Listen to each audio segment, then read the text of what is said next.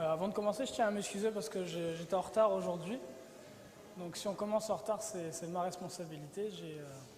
J'ai mal géré mon temps hier soir et en ce début de journée. Donc on va regarder ensemble aujourd'hui, si vous le voulez bien, la 7e partie du séminaire qu'on a commencé ensemble il y a 2 semaines, Culture moderne et Nouvel ordre mondial. La manière dont on va procéder aujourd'hui, si vous voulez bien, c'est qu'on va avoir 2 parties. Dans la première partie, on va essayer de parler ensemble des conséquences qu'ont les cultures modernes en fait, dans nos vies au quotidien. En quoi est-ce que les valeurs qui sont les nôtres aujourd'hui sont très différentes des valeurs que la parole de Dieu, la Bible, nous enseigne. On va essayer de passer sur cette partie là présentement. Est-ce que quelqu'un peut me donner l'heure exacte ? 44 ? Ok, très bien. 44, là il est 44 présentement, puis c'est jusqu'à 8h, c'est ça ? Ouais, jusqu'à 8h. Fait que ça fait 3h15. Donc ce qu'on va faire, c'est qu'on va essayer de passer d'être jusqu'à 18h sur la première partie aujourd'hui. Donc les conséquences des cultures modernes dans nos vies, jusqu'à 18h. À 18h, on va faire une pause, si vous le voulez bien. Vers 18h, 18h10, on va faire une pause. Et on va faire une pause d'à peu près 20 minutes. Okay ? Donc pendant la pause, vous aurez le temps de vous dégourdir. Puis aussi de chanter éventuellement, de prier tous ensemble. Et à 18h30, on recommencera pour 1h30. Donc de 18h30 jusqu'à 20h, on parlera de l'alternative. Qu'est-ce qui nous est proposé comme alternative au monde et aux cultures dans lesquelles nous vivons. Alors, je ne vais pas faire un résumé aussi précis que je fais d'habitude. Je vais reprendre simplement à partir de l'organigramme qui est là les différents éléments qu'on a vus durant les 2 dernières semaines. Et puis je vais reprendre avec vous, voir si vous avez retenu l'information, l'essentiel de l'information. Alors, la première chose qu'on a vue lorsqu'on a commencé le séminaire il y a 2 semaines, c'est que selon ce que la parole de Dieu, la Bible nous enseigne, le prince de ce monde, le chef de ce monde, c'est Satan, le prince des ténèbres.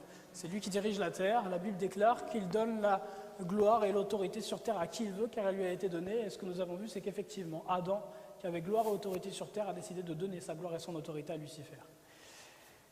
Nous avons vu que le bras armé de Satan sur cette terre, c'est le Vatican, l'Église catholique, apostolique et romaine. Et ce que nous avons vu, c'est que le Vatican a créé un ordre au XVIe siècle, au milieu du XVIe siècle. Vous vous souvenez du nom de cet ordre-là ? L'ordre des Jésuites, qu'on appelle aussi la Société de Jésus. Et l'ordre des Jésuites, le fondateur de cet ordre-là, avait pour nom Ignatius Loyola. Ignatius Loyola, le fondateur de l'ordre des Jésuites. Alors, est-ce que vous pouvez me rappeler pour quelle raison est-ce que cet ordre a été créé au XVIe siècle ? Pour détruire le protestantisme et créer un nouvel ordre mondial. Donc, un nouvel ordre mondial avec qui à la tête de ce nouvel ordre mondial ? Le pape, le pontife de Rome. Et c'est assez étonnant parce que c'est ce que la Bible nous enseigne depuis déjà plus de 2000 ans. Le livre de Daniel, qui est un livre prophétique écrit 6 siècles avant Jésus-Christ à peu près, apprend que vers la fin des temps, un pouvoir situé à Rome, un pouvoir assez particulier, avec une dimension ecclésiale et religieuse, essaiera de régner sur le monde. Et on a vu donc que l'ordre des Jésuites, pour détruire le protestantisme, au début, va commencer par la force, la persécution. L'ordre des Jésuites va pratiquer ce qu'on appelle l'inquisition, avec la question de torture et toutes ces choses. Et malgré la torture et malgré l'inquisition, le protestantisme va continuer de se répandre en Europe et d'augmenter. L'ordre des Jésuites va adopter une nouvelle stratégie, puisque le mouvement de protestantisme est un mouvement qui est spirituel. Ce qu'ils vont essayer de faire, au lieu de simplement s'en attaquer au physique et de persécuter les gens, c'est de s'attaquer simplement à la dimension spirituelle du mouvement de réforme. Et ils vont commencer à créer en fait des sectes et des fausses doctrines dans les pays et dans les contrées où le protestantisme est répandu, afin d'attirer les protestants en dehors de leurs pensées, de les amener dans l'apostasie. Alors on a vu que l'une des premières sectes qu'ils vont créer en Angleterre s'appelait la franc-maçonnerie, la franc-maçonnerie. Et la franc-maçonnerie, nous avons vu, va être créée par l'ordre des Jésuites entre 1710 et 1720 à peu près, pour détruire en fait le protestantisme en Angleterre, amener une famille au pouvoir qui était la famille Stuart, une famille catholique, dans un pays essentiellement protestant. Lorsque l'ordre des Jésuites va créer la franc-maçonnerie par la suite va se mettre à créer un grand nombre de fausses doctrines. On a vu que chaque franc-maçon s'identifie à Hiram Abif, le grand architecte, Et donc, en attendant de reconstruire le temple de Jérusalem, ce qu'ils font, c'est qu'ils construisent des fausses doctrines, des temples spirituels, entre guillemets. On a constaté que parmi ces fausses doctrines-là, un grand nombre nous sont connus. On a vu qu'ils ont notamment créé avec un homme qui s'appelait Charles Taze Russell, là, Charles Taze Russell, qui est le fondateur de la Tour de garde des témoins de Jéhovah, de l'église des témoins de Jéhovah. Charles Taze Russell était franc-maçon de 33e degré. On a vu d'ailleurs qu'il est enterré dans l'un des plus grands complexes maçonniques aux États-Unis, à Pittsburgh. On a aussi parlé de Joseph Smith et de l'église qu'il a créée. Vous vous souvenez du nom de cette église?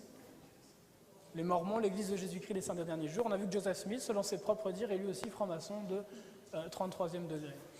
Par la suite, on a parlé du Ku Klux Klan. On a vu que le Ku Klux Klan a été formé par un franc-maçon, Albert Pike, aussi franc-maçon de 33e degré, très puissant au 19e siècle. On a parlé aussi de la scientologie. On a vu que Lafayette Ron Hubbard, qui est le créateur de la scientologie, avait été enseigné par Aleister Crowley, franc-maçon de 33e degré. On a parlé de plein de mouvements comme ceux-ci. Dans la troisième partie, on s'est arrêté sur la dimension afro-américaine de la franc-maçonnerie. On a parlé de la franc-maçonnerie de Prince Hall. Prince Hall, le nom du premier donc, grand maître afro-américain de la loge africaine numéro 1. Et on a vu que la franc-maçonnerie afro-américaine donc, va s'attarder, va travailler spécialement à détruire le protestantisme dans les communautés afro-américaines. Et pour ce faire, ce qu'ils vont chercher à faire, c'est implanter l'islam en Amérique du Nord dans les communautés afro-américaines protestantes. Ils vont commencer avec une secte qu'on appelait le Mauritian Temple, fondée par Noble Drew Ali, Black Shriner, franc-maçon de 32e degré, puis le Hala Temple of Islam, formé par un des disciples de Noble Drew Ali, Master Farhan Muhammad. Master Farhan Muhammad va laisser la main à Elijah Muhammad, qui renommera le Hala Temple of Islam Nation of Islam, et sous Elijah Muhammad, plus de quelques centaines de milliers en fait, d'Afro-Américains vont rentrer dans la Nation of Islam, notamment avec le leadership de Malcolm X. On a vu que par la suite, Malcolm X va continuer l'œuvre d'Elijah Muhammad en tentant d'implanter l'islam sunni en Amérique du Nord. Il va être assassiné.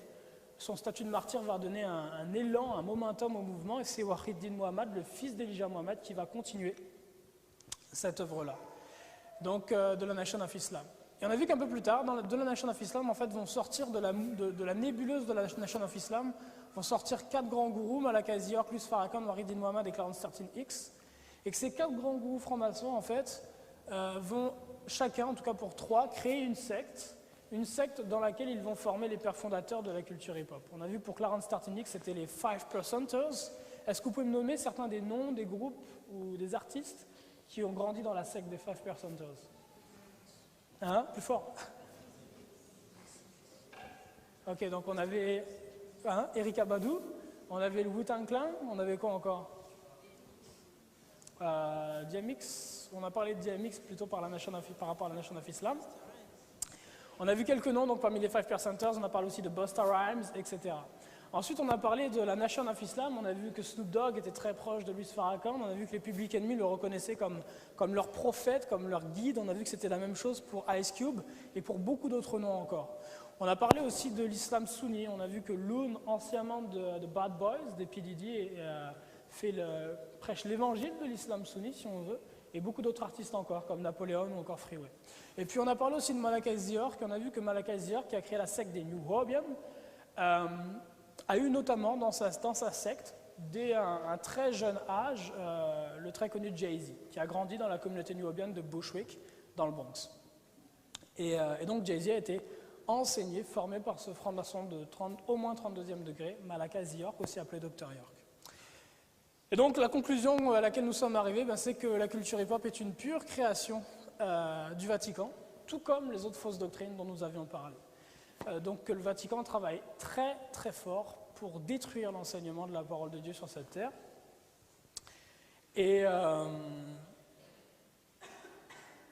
ne sais plus ce que je voulais dire. Ok. Donc ça, c'était par rapport à la culture hip-hop. Oui, voilà, donc on est arrivé à un autre point, c'est que ce qu'on avait constaté au début, c'est que le Vatican, en fait, les personnes haut placées du Vatican font des messes noires et travaillent ouvertement pour Lucifer, travaillent pour Satan.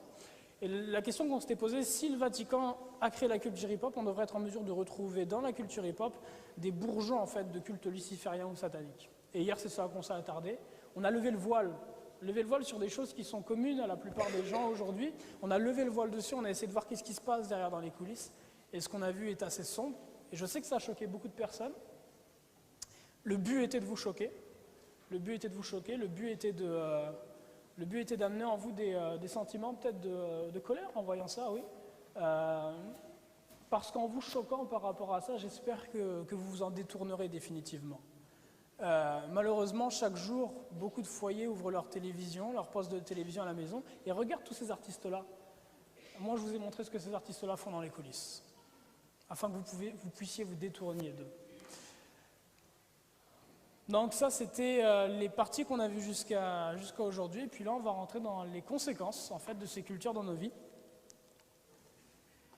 Et je vais donc vous parler des prêts-à-penser, des prêts-à-vivre. En fait, dans le monde dans lequel on vit, on nous offre des modes de vie. Pour certains, c'est le style hip-hop, pour d'autres, ça va être le style heavy metal, pour d'autres, ça va être plutôt Rastafari, pour d'autres, ça va être plutôt m'engager dans la politique. On vous offre des styles de vie dans lesquels vous vous fondez, dans lesquels vous vous mollez. Et Christ aussi nous a offert un style de vie. Mais malheureusement, il se trouve que les styles de vie du monde ont tendance à prendre le dessus sur le style de vie que Christ nous a proposé. Donc on va essayer de regarder quelles sont les conséquences. En quoi est-ce que les cultures modernes d'aujourd'hui nous déphasent par rapport au mode de vie que Christ nous a proposé. Et je vais essentiellement parler je vais beaucoup parler en fait du rapport entre les sexes, je vais beaucoup parler de sexualité. Et puis, hier j'ai pas mal tapé sur les jeunes hommes, hein. J'ai pas mal tapé sur les hommes et les jeunes hommes. Aujourd'hui, je vais taper un peu plus sur les femmes. Okay. Chacun son tour. Il en faut pour tout le monde. Quand je dis taper, c'est vraiment dans le sens dans lequel la parole de Dieu le dit. C'est que l'Éternel reprend et châtie celui qui l'aime. Hein, L'Éternel reprend et châtie celui qui l'aime. Et c'est ce que je vais essayer de faire aujourd'hui en tant qu'instrument du Seigneur. Alors on va commencer par parler de l'homosexualité.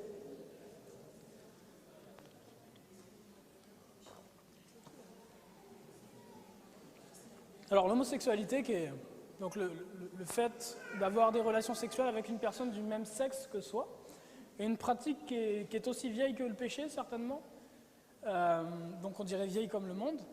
Maintenant, c'est une partie c'est une orientation sexuelle qui, pendant de nombreux siècles, a été regardée comme absolument horrible et a été condamnée. Depuis peu de temps, depuis quelques décennies en Occident, l'homosexualité commence à être acceptée à nouveau dans la société, comme quelque chose de normal.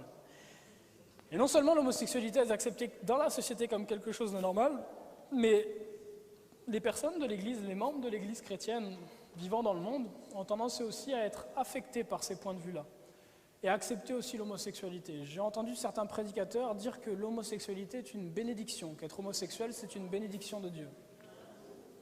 J'aimerais vous dire que ce n'est pas ce que dit la parole de Dieu. Tous les péchés emmènent à la mort. Il n'y a pas un péché par lequel vous puissiez, un péché qui ne vous emmène pas dans la colère de Dieu. Tous les péchés emmènent dans la colère de Dieu. Maintenant, il est faux de dire que tous les péchés ont la même gravité devant Dieu.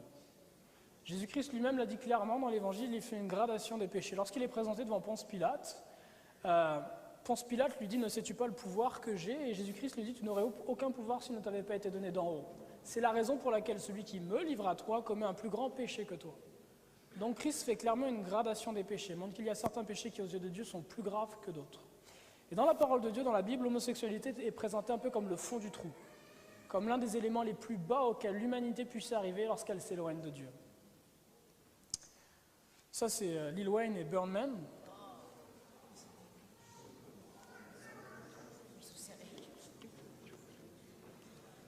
Il faut savoir que bien évidemment, comme dans les milieux dans lesquels on parle, du show business, les stars et toutes ces choses-là, les hommes et les femmes qui sont là-dedans adorent Lucifer, adorent le diable. Ce qu'ils cherchent, c'est s'éloigner de Dieu pour s'approcher du prince des ténèbres. Toutes les pratiques qu'ils ont dans les coulisses sont absolument abominables. Okay ? Et tous ces hommes que vous voyez et qui en apparence ont l'air très virils, costauds, etc., dans les coulisses pratiquent l'homosexualité, toutes sortes d'abominations. Okay ? Que ce soit Dr. Dre, que ce soit Jay-Z, que ce soit Booba, dans les coulisses, ils s'adonnent à ce genre d'abomination. Lévitique 18, verset 22 dit « Tu ne coucheras point avec un mâle comme on couche avec une femme. » C'est une abomination. Au temps de Moïse, le fait de commettre l'homosexualité était une infraction, un péché qui était condamné par la mort. La lapidation, si je me souviens bien, je sais plus si c'est la lapidation ou le fait d'être brûlé vif, en tout cas c'était... Dans Romains 1, verset 21, donc 1800 ans après que Dieu ait donné à Moïse ces commandements-là, Dieu parle par la bouche de Paul aux chrétiens de Rome et leur dit ceci. Et voilà ce que Paul dit. Parce qu'ayant connu Dieu, ils ne le glorifièrent point comme Dieu, ils ne lui rendirent point grâce, mais ils devinrent vains dans leur raisonnement. Et leur cœur destitué d'intelligence fut rempli de ténèbres. Se disant sages, ils sont devenus fous. Et ils ont changé la gloire du Dieu incorruptible et la ressemblance de l'image d'un homme corruptible et d'oiseaux et de quadrupèdes et de reptiles. C'est pourquoi Dieu les a aussi livrés dans les convoitises de leur cœur à l'impureté, en sorte que leur corps soit déshonoré entre eux-mêmes.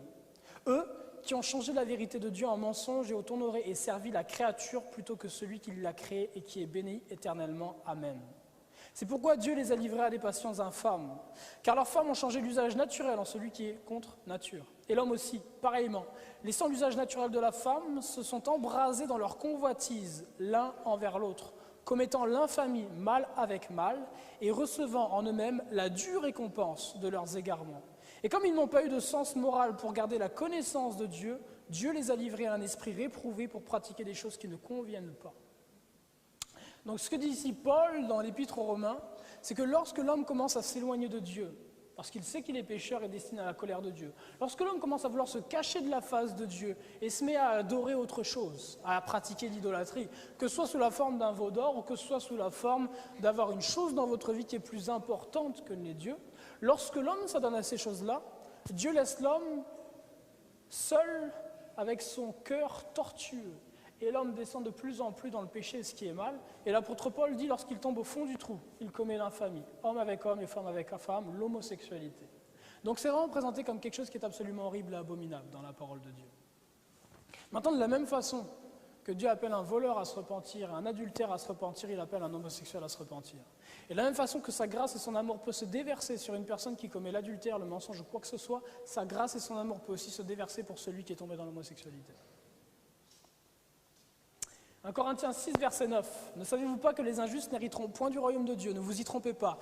Ni fornicateurs, ni idolâtres, ni adultères, ni efféminés, c'est-à-dire homosexuels, ni ceux qui abusent d'eux-mêmes avec des hommes, ni voleurs, ni avares, ni ivrognes, ni outrageux, ni ravisseurs, n'hériteront du royaume de Dieu. Et quelques-uns de vous, vous étiez tels.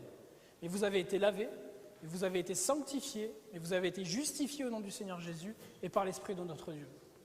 Et moi-même, auparavant, je faisais partie de cette catégorie de personnes, fornicateurs, idolâtres, adultères. On pouvait me compter dedans.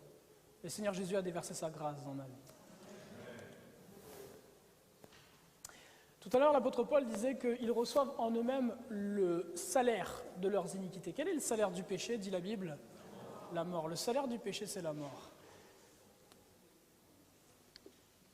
Vous savez, dans le monde aujourd'hui, tout le monde sait que la cigarette est mauvaise, que ça tue, que ça réduit l'espérance de vie. Je pense que ça réduit l'espérance de vie d'à peu près 5 ans, c'est ça? Combien? 5 ans par cigarette. Non, pas 5 ans par cigarette. Oh oh. T'as fumé un paquet et puis tu es déjà mort là. Ok, je pense que la cigarette, si mes souvenirs sont bons, réduit l'espérance de vie d'à peu près 5 ans. Et comme la cigarette c'est mauvais, et qu'on le sait, on met des gros panneaux dessous où on marque « fumer tue ». Laissez-moi vous dire que l'homosexualité réduit l'espérance de vie de beaucoup plus de 5 ans. Mais le gouvernement et les puissances qui sont au pouvoir organisent des gay prides, ce qui veut dire la fierté d'être gay, la fierté d'être homosexuel, et essaient de vendre ce mode de vie dès le plus jeune âge aux enfants, à la maternelle, à l'école primaire, et plus tard quand on arrive au lycée, au collège. Voilà ce que disent des enquêtes qui ont été menées par un collège d'universitaires, un collège de doctorants à Vancouver. C'est un collège d'universitaires pro-gay, c'est-à-dire que l'article qu'ils ont écrit, ils l'ont écrit pour défendre la communauté homosexuelle, et non pas pour attaquer la communauté homosexuelle. Dans cet article qui est intitulé « Modeling the impact of HIV disease on mortality in gay and bisexual men », donc modeler l'impact du HIV, VIH en anglais, oui, en français, du VIH, donc modeler l'impact de la maladie du VIH et de la mortalité chez les homosexuels et les bisexuels masculins. Voilà ce qu'on peut apprendre. Dans les grands centres urbains canadiens, l'espérance de vie à 20 ans pour un homme gay ou bisexuel est de 8 à 20 ans inférieure à celle de l'ensemble des hommes. Si la même tendance se poursuit dans l'avenir, nous estimons que près de la moitié des hommes gays et bisexuels âgés aujourd'hui de 20 ans n'atteindront pas leur 65e anniversaire. Même sous les hypothèses les plus libérales, les hommes gays et bisexuels des centres urbains connaissent aujourd'hui une espérance de vie similaire à celle qu'avaient les hommes vivant au Canada en 1871. Et cet article-là date de 1997. Donc il est très récent. 8 à 20 années de vie en moins pour vivre dans l'homosexualité. Et nulle part on ne vous le dit. Ils ne mettent pas de publicité à la télévision. Lorsqu'il y a la Gay Pride, ils ne leur demandent pas de mettre des grandes banderoles avec marqué l'homosexualité tue. Pourtant, ils le font pour le tabac. On devrait le faire de la même façon pour l'homosexualité. La sexualité en dehors du mariage, communément appelée dans la Bible fornication, immoralité. Dans Exode 22, verset 16, il est dit ceci. « Si un homme séduit une vierge qui n'est pas fiancée et couche avec elle, il paiera sa dot et la prendra pour femme. Si le père refuse de la lui accorder, le séducteur paiera l'argent qu'on donne pour la dot des vierges. » Dans la parole de Dieu, dans la Bible, la Torah, donc les commandements qui sont situés dans l'Ancien Testament, nous apprennent quel est le caractère de Dieu et le souhait qu'il a pour l'humanité, ce qu'il trouve bien et ce qu'il trouve mal. Ce qu'il est enseigné ici, c'est qu'un homme n'est pas censé coucher avec une femme avant d'être marié. Et si jamais il le fait et qu'il a des vierges, il doit la prendre pour épouse. Ça, c'est la volonté de Dieu. Dans Deutéronome 22, verset 13, il est dit ceci. « Si jamais cette femme-là qui a couché avec cet homme n'a pas été prise en mariage et a caché ce qu'elle a commis, et que plus tard elle épouse un autre homme, et que cet homme-là n'en a pas connaissance, il arrive au mariage et découvre que la femme qu'il a épousée n'est plus vierge. Voilà ce qui se passe. Si un homme qui a pris pour une femme est allé vers elle, éprouve ensuite de l'aversion pour sa personne, s'il lui impute des choses criminelles, et porte atteinte à sa réputation en disant « j'ai pris cette femme, je me suis approché d'elle et je ne l'ai point trouvée vierge », alors le père et la mère de la jeune femme prendront les signes de sa virginité, donc c'est-à-dire le drap de la nuit de noces sur lequel il y a la tache de sang qui est due à la fracture de l'hymen, un peu ce qui est pratiqué encore en Afrique de l'Ouest aujourd'hui dans quelques villages, et les produiront devant les anciens de la ville à la porte. Le père de la jeune femme dira aux anciens « j'ai donné ma fille pour femme à cet homme, il l'a prise en aversion, il lui impute des choses criminelles en disant « je n'ai pas trouvé ta fille vierge, or voici les signes de virginité de ma fille ».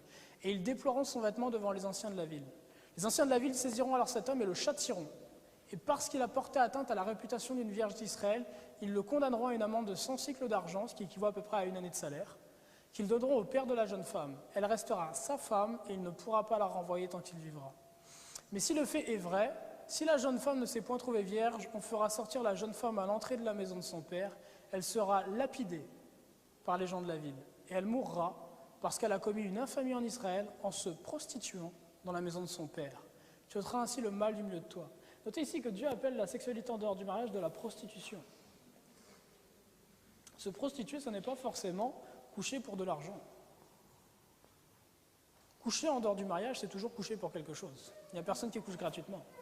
Coucher pour des sentiments, coucher pour des cadeaux, coucher pour quelque chose. Dieu appelle la sexualité en dehors du mariage de la prostitution. Il appelle une femme qui couche en dehors du mariage une prostituée. Pour les hommes, il les appelle des chiens. Si on lit certains passages de l'Ancien Testament de la Torah, encore une fois. Ce Dieu qui a dit ça dans Deutéronome 22, verset 13, dit dans Malachie 3, 6, « Car je suis l'Éternel, je ne change pas. » Et ce Dieu se fait chair et va venir parmi nous, parmi les hommes. Il va prendre nos fardeaux. Il va se charger de nos iniquités. Et lorsqu'un jour, on va lui présenter une femme adultère qui va être amenée à ses pieds, et que les pharisiens vont lui dire d'accomplir la de Moïse qui demande de lapider cette femme, voilà ce que Christ dira à la femme. Il dira aux pharisiens que celui qui n'a point péché jette la première pierre. Or, tout homme est pécheur et aucun ne peut la lapider. Christ aurait pu la lapider car il était sans péché. Mais Christ dit à la jeune femme ceci. « Femme, où sont ceux qui t'accusaient ? Personne ne t'a-t-il condamné ?» Elle répondit « Non, Seigneur. » Et Jésus lui dit « Je ne te condamne pas non plus.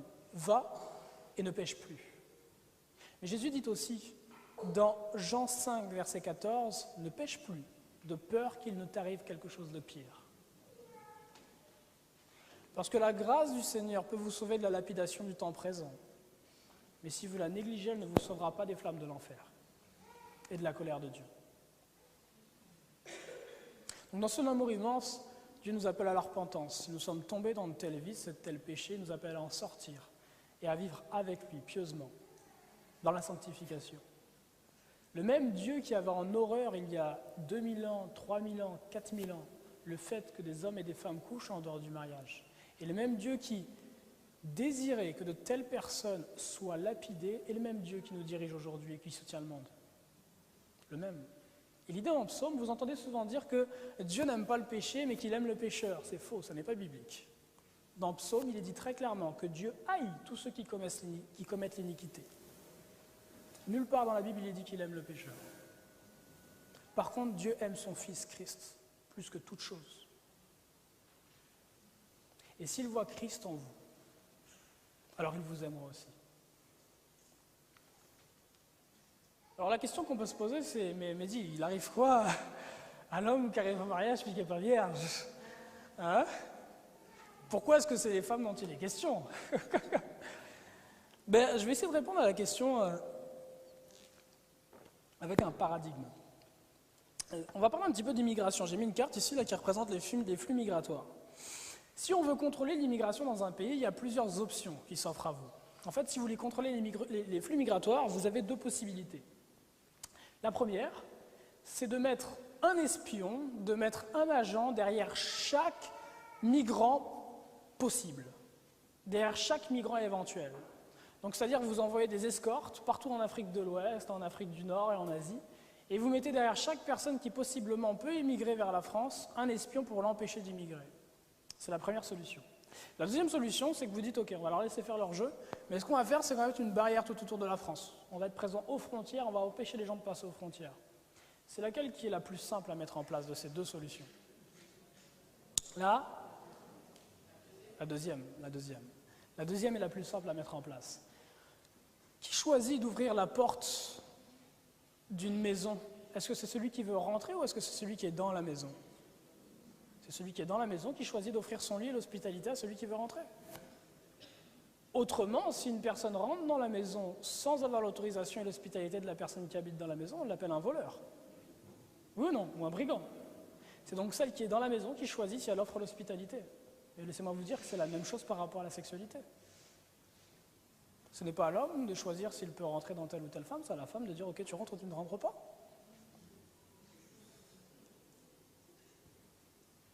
Si c'est valable pour les flux migratoires et pour l'hospitalité, ça l'est aussi pour la sexualité. Et c'est comme ça que Dieu le présente dans la parole de Dieu.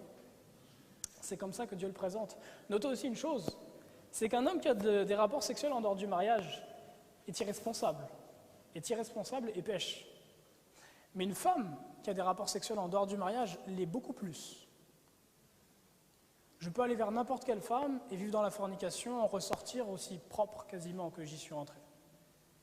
Mais la femme ou les femmes vers qui je serai allé, si elles tombent enceintes, ont une vie entre leurs mains.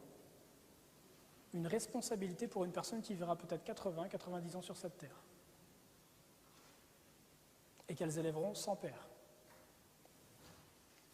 Ce qui se passe bien souvent, c'est que lorsqu'il y a des rapports sexuels en dehors du mariage, et puis qu'il y a fécondation, alors on va faire l'avortement. Et c'est moi de vous dire que selon la parole de Dieu, avorter, c'est commettre un crime. C'est un meurtre. C'est un meurtre. Qui est capable de dire à quel moment c'est un être humain qu'il y a dans le ventre de la femme et à quel moment ça n'est pas un être humain? Commettre l'avortement, c'est commettre un crime. Alors vous me direz, oui, mais pour les femmes qui se font violer. Donc parce qu'elle s'est fait violer, elle va commettre un crime contre un enfant innocent? Si vous n'en voulez pas dans l'enfant, accouchez-le et donnez-le. L'adoption existe, c'est une solution. Le mieux est encore de se préserver jusqu'au mariage. Chamfort disait ceci, les naturalistes disent que dans toutes les espèces animales, la dégénération commence par les femelles. Les philosophes peuvent appliquer au moral cette observation dans la société civilisée.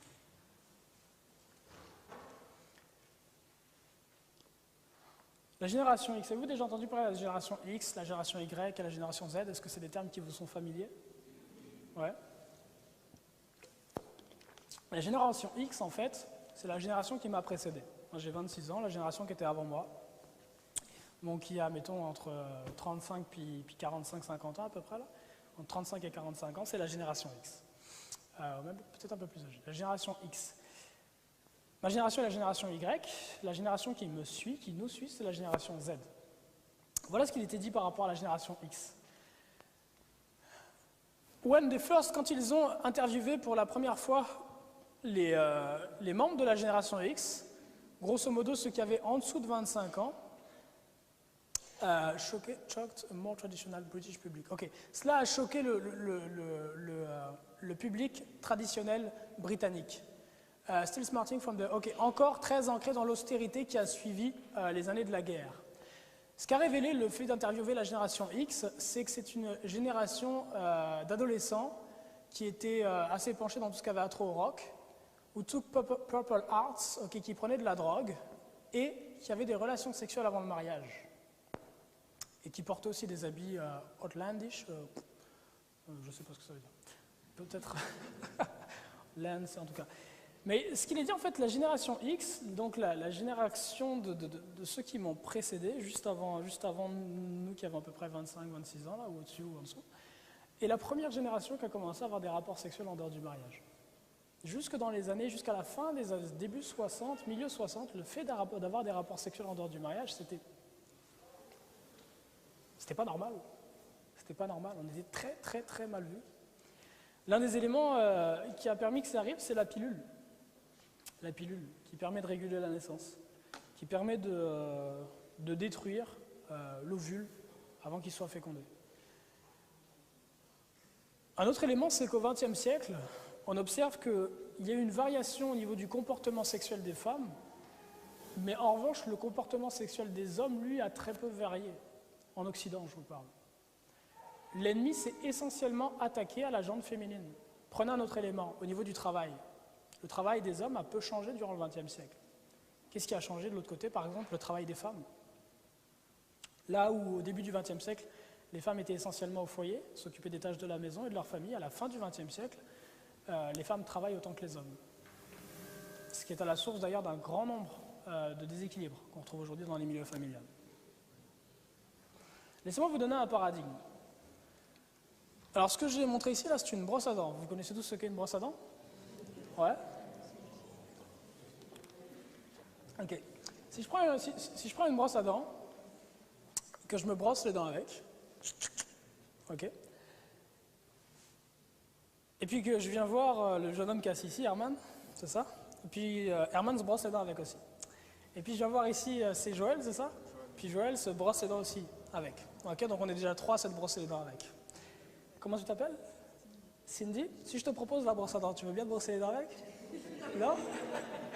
Pour quelle raison? Là? Ok. Si je prends un yaourt, et puis j'ouvre l'opercule du yaourt, tac. Et puis là je plonge mon doigt dedans, je mets dans la bouche, je prends un peu de ce yaourt-là, et puis je viens voir la demoiselle qui est ici, je prends un peu de yaourt, elle va mettre son doigt dedans, et puis en prendre, puis toi aussi, puis toi aussi. Et puis une fois que j'ai fait ça, comment tu t'appelles? Gary? Ok, Gary, tu en veux de mon yaourt? Non? Pourquoi? Parce que je sais pas où t'as mis tes doigts. Ah.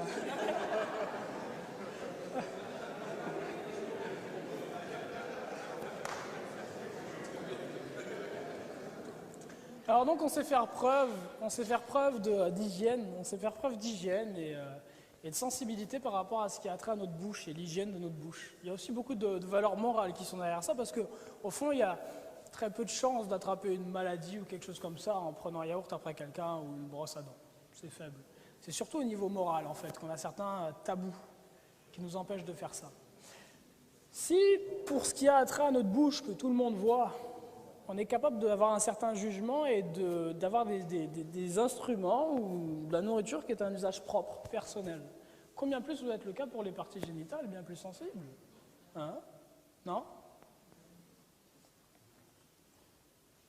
Puis un yaourt, quand on l'a ouvert, ça commence à pourrir après en plus. Hein? C'est fait pour être mangé par une personne.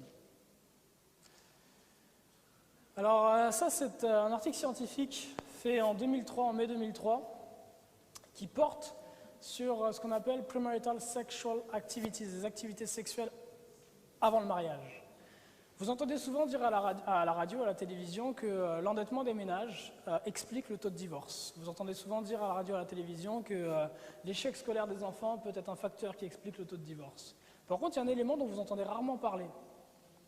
C'est les activités sexuelles avant le mariage. Est-ce qu'elles peuvent expliquer le taux de divorce? C'est intéressant parce que lorsqu'on s'y penche un petit peu, on constate que les activités sexuelles prémaritales peuvent quasiment à elles seules expliquer le taux de divorce et tout ce qui va avec. D'ailleurs, un élément intéressant, c'est que, vous le savez, avant les années 60, le divorce était quelque chose qui n'existait quasiment pas. C'était tout à fait marginal. De la même façon, les activités sexuelles avant le mariage, avant les années 60, n'existaient quasiment pas. C'était très marginal. Et les deux, lorsque la première génération, la génération X, a commencé à avoir des activités sexuelles avant le mariage, c'est aussi cette première génération-là qui va commencer à connaître des taux de divorce élevés. Avoir au moins une relation intime avant le mariage est relié à une hausse de risque de divorce allant de 53 à 166%. Il y a un risque de dissolution maritale substantiellement plus élevé si la femme a eu à la fois des relations sexuelles avec un autre homme et cohabité avec lui. 166% versus 53% versus le gap de 53 à 119%. Pour les autres éléments en rapport avec les relations incluant quelque autre que l'époux, une différence qui est statistiquement significative. C'est énorme. Pour 5 minutes de plaisir, peut-être un petit peu plus pour certains, vous prenez le risque de voir votre futur foyer exploser. Vous augmentez les risques d'explosion de votre futur foyer de 53 à 166%. By the way, c'est une enquête qui a été faite sur une population féminine, pas sur une population masculine. C'est sur une population féminine que ça a été fait. Si je continue, les femmes qui étaient sexuellement actives avant le mariage font face à un risque de divorce considérablement plus élevé que les femmes qui étaient vierges à leur mariage. Ces taux élevés contribuent à l'augmentation du nombre de familles monoparentales avec la seule mère pour responsable. Beaucoup d'entre elles vivant en dessous du niveau de pauvreté, sans compter que les coûts personnels et émotionnels du divorce, pour les parents et les enfants, sont aussi très élevés. Puisque bien évidemment, le divorce est relié à un grand nombre de dépressions, de burn-out, de suicides, d'échecs scolaires des enfants, et puis pour le plus essentiel, le divorce relie aussi à un grand nombre de personnes qui abandonnent la foi et délaissent Christ. Pour chaque année où elle repousse le sexe, le risque de dissolution maritale est réduit d'environ 8%, nous dit le même article. Plus de 25% des adolescentes de 14-17 ans actives sexuellement rapportent être déprimées la plupart ou une grande partie du temps, soit un ratio 3 fois plus élevé que pour les adolescentes non actives sexuellement. Les garçons de 14 à 17 ans étant actifs sexuellement rapportent être déprimés tout le temps, la plupart du temps et une grande partie du temps, soit 2 fois plus que ceux n'étant pas actifs sexuellement. 14,3% des filles sexuellement actives rapportent avoir effectué une tentative de suicide dans les 12 derniers mois, alors que seulement 5,1% des filles sexuellement actives non actives sont dans cette situation. Le contraste entre les jeunes hommes sexuellement actifs, 6%, ont tenté de se suicider dans les 12 derniers mois, et les garçons inactifs sexuellement, 0,7%, est encore plus grand, 8 fois plus élevé. Donc le fait de rester chaste, ça n'amène pas à la dépression, c'est l'inverse.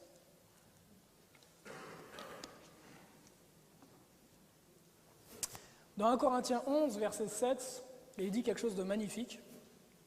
Il dit « La femme est la gloire de l'homme ».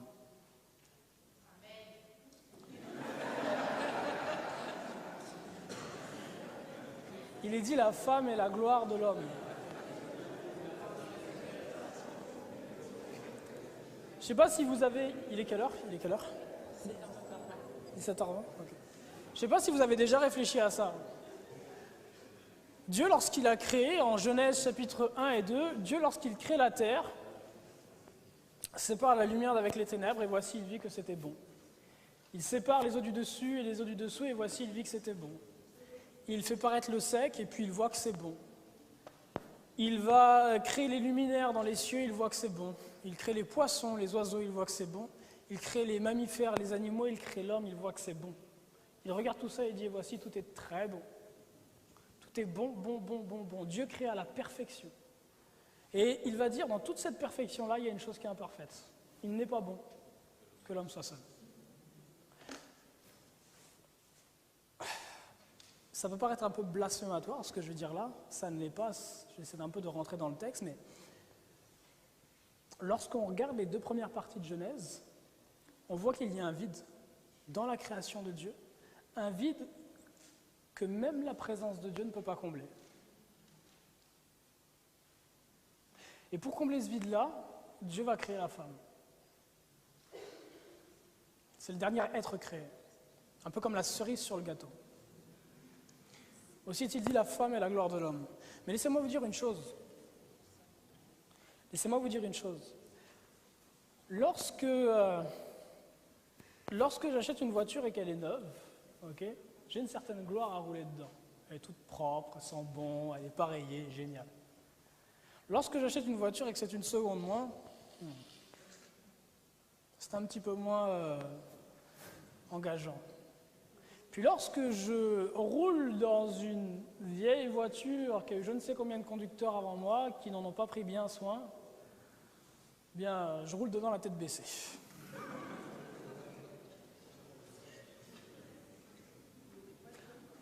Hein? Ben, justement, non. Justement, non. Justement. Souvent, j'entends dire que oui, mais comment peux-tu dire à deux personnes de se marier si elles n'ont jamais couché ensemble? Il faut bien s'essayer. Là, regarde, une paire de chaussures, avant que tu l'achètes, tu l'essayes. Ben, je pense justement qu'une femme, c'est pas une paire de chaussures. Puis je pense qu'une femme, c'est pas une voiture. Ça a bien plus de valeur que ça. Et j'ai pas besoin de mettre mes pieds dedans avant de la marier.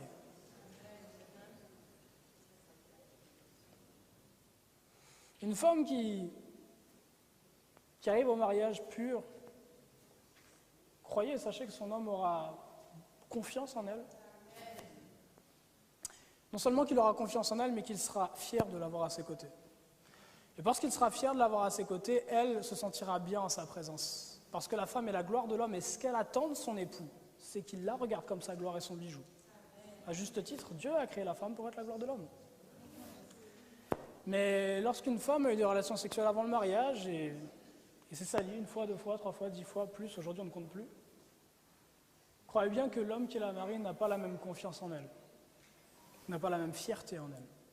Parce qu'il n'est pas fier d'elle de la même façon, parce qu'il ne la voit pas comme sa gloire de la même façon, elle ne va pas se sentir bien en sa compagnie. Le lien entre les deux va être plus faible.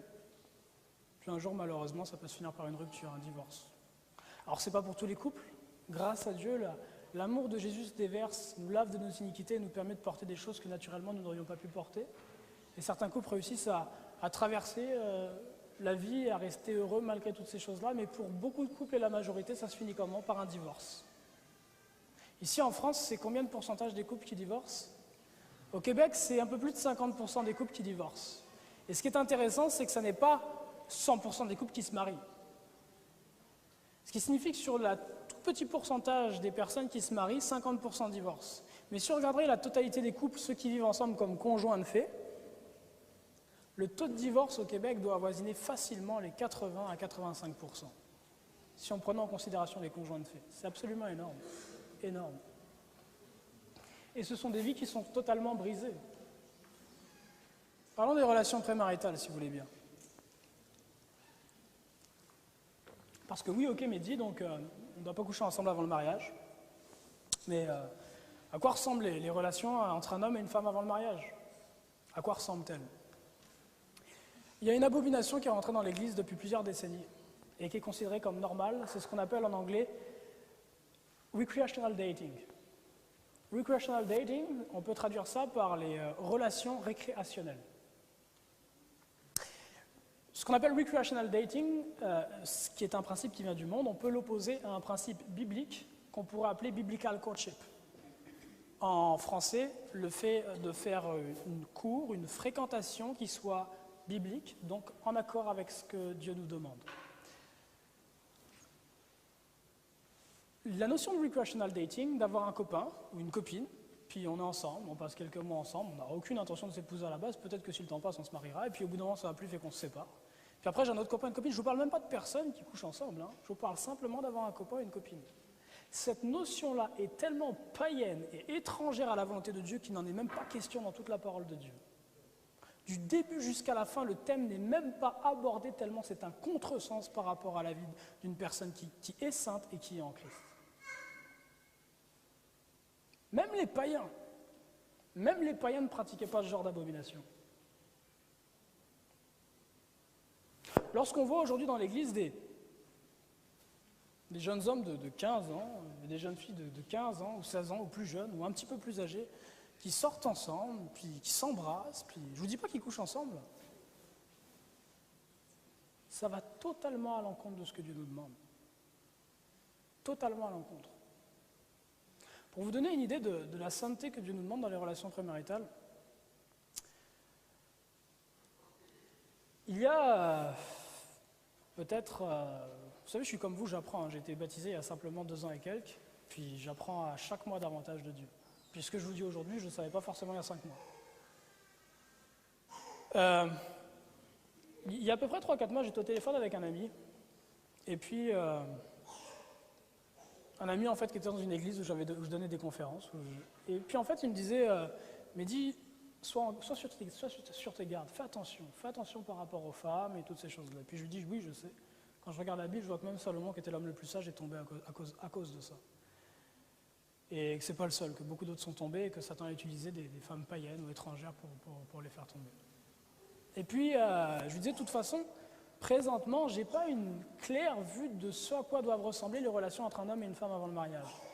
Fait que comme j'ai pas une claire vue et que j'ai fait beaucoup d'erreurs dans le passé, même dans ma vie chrétienne, j'ai fait beaucoup d'erreurs, là présentement je préfère rester célibataire et puis attendre que Dieu m'en révèle davantage, que Dieu me montre davantage de choses sur les relations que doivent avoir un homme et une femme avant le mariage. Et puis je lui dis un élément simple, je lui dis par exemple, Dieu m'a montré quelque chose, m'a montré que si je ne suis pas solidement ancré en lui, si je ne suis pas solidement ancré en Christ, je n'ai rien à faire à me mettre dans une relation avec une jeune femme. Il m'a montré autre chose, c'est que si je ne suis pas un homme en tant que tel, c'est-à-dire si je ne suis pas quelqu'un de responsable, qui est capable de m'occuper de moi-même, qui travaille, qui amène un revenu, je n'ai rien à faire à aller chercher une femme dont je ne pourrais pas prendre soin. Si je ne suis pas capable de prendre soin de moi-même, qu'est-ce que je vais me mettre dans les pattes d'une personne dont je ne pourrais pas prendre soin? Ça n'a pas de sens. Et puis Dieu m'a aussi montré que si tous ces éléments-là sont remplis et que je suis prêt à fréquenter une jeune femme, bien, je ne dois pas me retrouver seul avec elle dans une chambre ou dans une maison où il n'y aurait personne d'autre. Parce que un homme qui a des sentiments pour une jeune femme, c'est un peu comme 2 aimants. Au bout d'un moment, veut pas. Veut pas. Vous pouvez être aussi sain que vous le voulez. Vous finissez par brûler l'un pour l'autre. Et il n'y a pas besoin d'aller jusqu'à une pénétration ou quoi que ce soit pour déplaire à Dieu. Quand vous êtes en train de vous embrasser, de brûler de désir l'un pour l'autre, vous êtes déjà dans l'abomination. Imaginez le prophète Ézéchiel. Ézéchiel était marié, hein, okay. Ézéchiel était prophète. Imaginez-le. Le matin, vous êtes son voisin, vous êtes le voisin du prophète Ézéchiel. Ok? Vous êtes sur votre balcon, c'est dimanche matin à Jérusalem, vous ne savez pas trop encore ce que vous allez faire de votre journée, puis vous êtes en train de siroter votre jus d'orange. Et puis là, Ézéchiel chante chez lui à côté. Et vous voyez, il part, il va sur les murailles de Jérusalem, puis il commence à prêcher la repentance. Repentez-vous, repentez-vous, repentez-vous. Et donc, un saint homme, quoi. Hein, Ézéchiel est encore jeune à ce moment-là, on va dire qu'il a peut-être une vingtaine d'années, je ne sais pas. Et puis là, l'après-midi, vous êtes en train de vous balader dans un des parcs de Jérusalem, je ne sais pas, vous êtes dans le jardin de Gethsémané, par exemple, en train de faire un tour, et vous croisez Ézéchiel assis sur un banc avec sa copine en train de se rouler des pelles.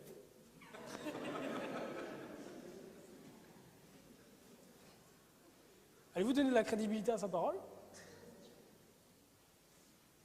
Non. Parce que vous savez que ce n'est pas quelque chose qui convient à une personne qui vit dans la sainteté. Je disais donc à mon ami, je lui disais par exemple, il y a une question à laquelle je n'ai pas de réponse. J'ai lu la Bible et je n'ai pas vu dans la parole de Dieu de réponse par rapport à ça. Je me demande, est-ce qu'un homme et une femme peuvent s'embrasser avant le mariage? J'ai compris qu'il ne doit pas y avoir de coït, de relations sexuelles, j'ai compris qu'il ne doit pas y avoir même de ce qu'on appelle de plotage ou toutes ces histoires-là. J'ai compris qu'un jeune homme et une jeune femme ne doivent pas être seuls s'ils ont des sentiments l'un pour l'autre. Est-ce qu'un jeune homme et une jeune femme peuvent s'embrasser avant le mariage? Et lui, il me disait, mais Mehdi, je me posais la même question, puis j'ai jamais rien lu qui a trait à ça dans la Bible. Et je lui dis, c'est étonnant quand même que Dieu soit muet sur ce sujet. Et je raccroche ce téléphone. Jésus-Christ a dit, si vous cherchez, vous trouverez. J'étais dans le Cantique des Cantiques ce soir-là, donc je continue ma lecture linéaire de la Bible. Puis je devais être au chapitre 5 ou 6, je ne sais plus trop. Puis ce soir-là, donc je lis, et puis et j'arrive au début du chapitre 8. La question que j'avais posée à mon ami Aléus, juste avant, c'est « Aléus, je ne sais pas ce que dit la parole de Dieu sur ce sujet-là. » Le soir même, je lis Cantique des Cantiques et j'arrive sur chapitre 8, verset 1. Et voilà ce que je lis. La reine de Saba qui s'adresse à Salomon et qui dit ceci à Salomon. « Plût à Dieu que tu fusses comme mon frère, allaité des mamelles de ma mère. J'irai te trouver dehors, je te baiserai et on ne me mépriserait point. Alors de quoi est-il question ici? La reine de Saba et Salomon vivent dans un monde, la Jérusalem du temps de Salomon, qui est bien plus sanctifié que notre monde l'est aujourd'hui. Et dans ce monde-là sanctifié, où le temple de Jérusalem, où la présence de Dieu, etc., dans ce monde-là qui est sanctifié, ce qu'on nous dit, c'est que le fait qu'un jeune homme embrasse une jeune femme, on ne parle pas de rouler une pelle dans French Kiss, on parle du baiser qu'un frère peut faire à sa sœur. Donc en général, c'est la bise, le baiser sur la joue. Le simple fait qu'elle embrasse de cette façon Salomon ferait qu'elle serait méprisée aux yeux de tous. Méprisée aux yeux de tous. La chose, c'est qu'aujourd'hui, on vit dans un monde où l'homosexualité, c'est normal. Où la pédophilie est presque rendue acceptée. Fait que quand il y a des aussi gros péchés, des petites choses comme ça, on ne réalise plus que c'est mal. Pour vous donner un exemple, la journée, est-ce que vous voyez des étoiles dans le ciel? Oui ou non? Est-ce que vous voyez des étoiles dans le ciel le jour? Est-ce qu'elles sont dans le ciel, les étoiles? Pourquoi vous ne les voyez pas? Parce que le soleil est là. Et le soleil brille tellement qu'il cache la gloire des étoiles. C'est la même chose par rapport au péché. Il y a de telles abominations dans le monde dans lequel on vit que des péchés qui sont graves aux yeux de Dieu, mais moins graves que les abominations qui se font, nous ne les voyons plus. Mais de la même façon que un jeune homme et une jeune femme ne doivent pas avoir de relations sexuelles avant le mariage, de la même façon, avant le mariage, la Bible nous dit qu'un jeune homme et une jeune femme ne doivent pas s'embrasser. D'ailleurs, quand vous avez des sentiments pour une personne et que vous l'embrassez, il faut être n'importe où. Mais le fait de vous embrasser déjà est mal en soi et vous amène à désirer autre chose. Vous amène à désirer autre chose.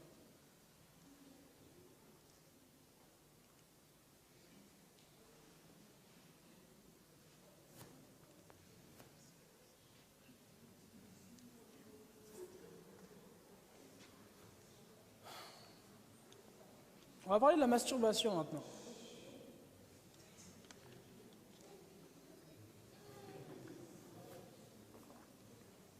Alors, que nous enseigne la parole de Dieu par rapport à la masturbation?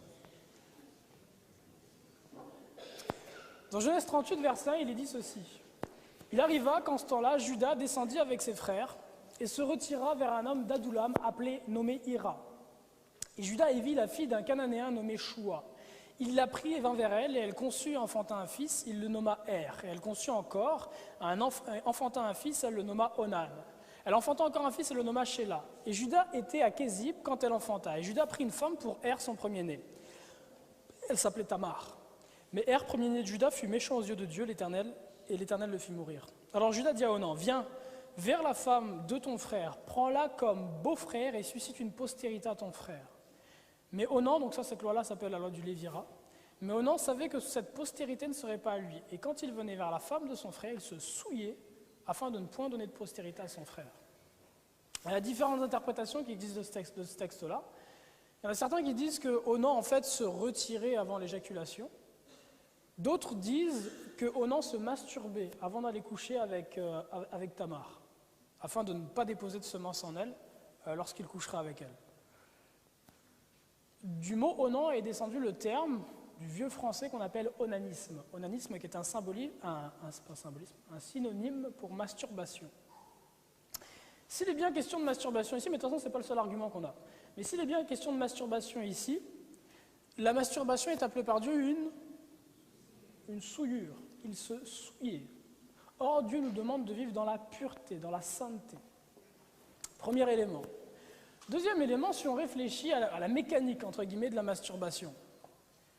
Quand un homme ou une femme se masturbe, ça demande quoi? Il faut réfléchir, il faut penser. Ça demande de l'excitation. Puis pour être excité, il faut désirer. Ouais. Et puis ce que vous désirez, ce que vous convoitez, est-ce que c'est votre épouse? En général, c'est quelqu'un qui ne vous appartient pas. Matthieu 5, verset 27, il est dit, vous avez entendu qu'il a été dit aux anciens, tu ne commettras point d'adultère, mais moi je vous dis que quiconque regarde une femme pour la convoiter a déjà commis un adultère dans son cœur. Donc la parole de Dieu nous enseigne que là encore, la masturbation est une abomination devant Dieu.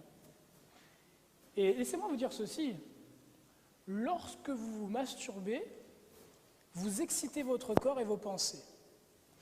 Et en les excitant, vous les amenez à désirer plus que ça. Je remercie le Seigneur, ça fait 2 ans et demi que je suis abstinent. 2 ans et demi, je pense, depuis octobre 2009 à peu près, que je ne vis plus dans la fornication avec les femmes.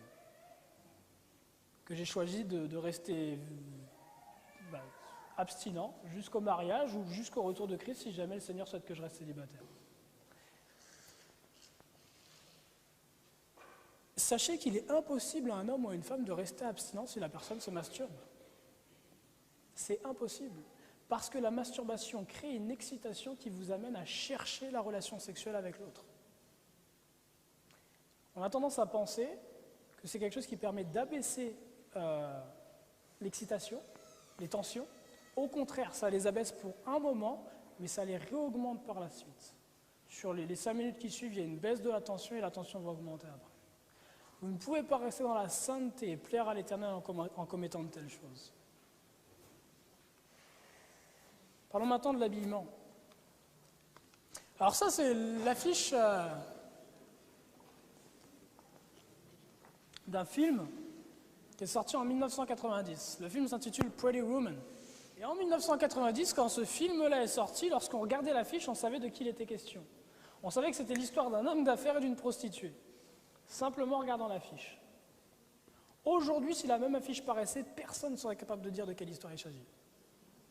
Parce que cette jeune femme est habillée comme toutes les autres jeunes femmes qui sont dans la rue. Et sur les bancs de l'église, bien souvent.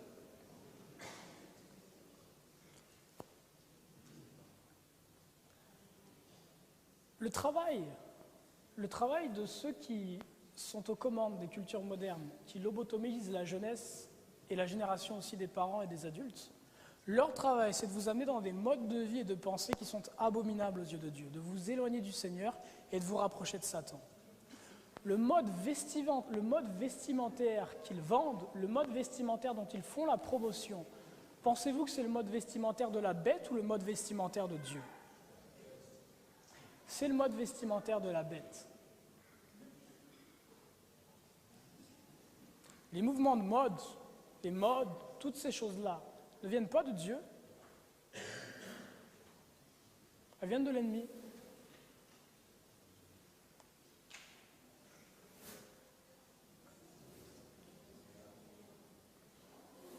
Cette façon de s'habiller, notez une chose, le mode vestimentaire des hommes, là encore, a peu changé dans le dernier siècle. Le mode vestimentaire de la gente masculine a peu changé dans le dernier siècle.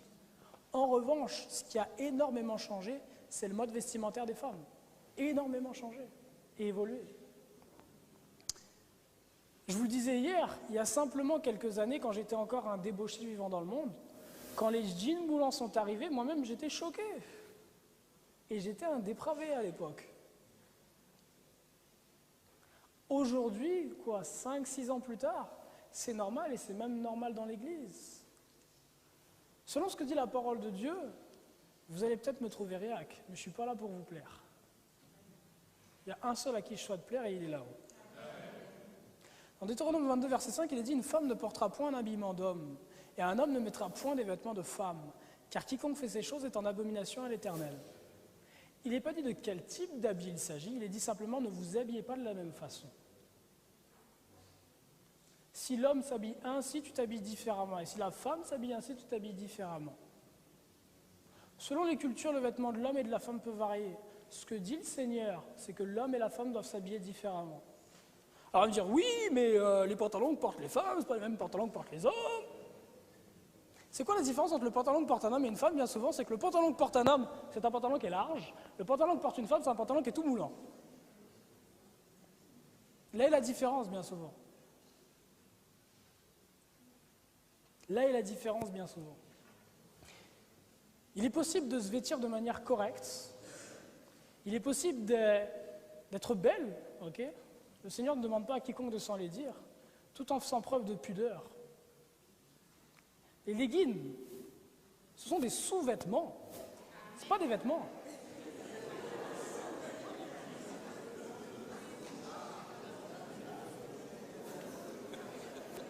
Vous savez qu'à la fin du 19e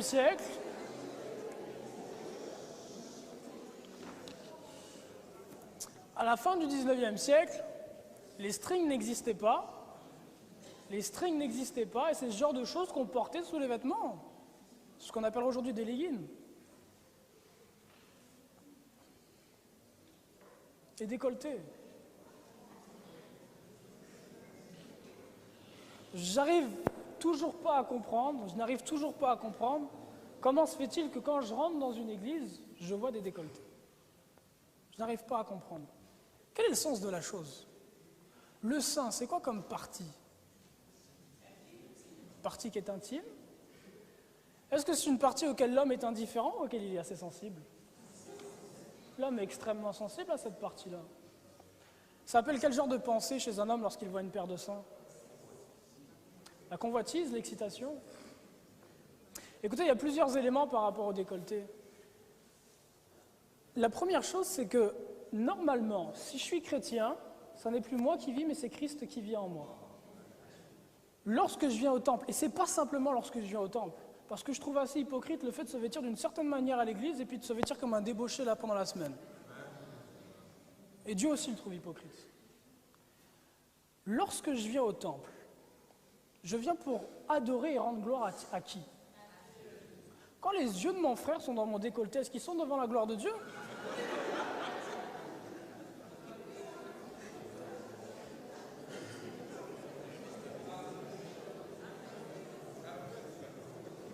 Ça, c'est le premier point.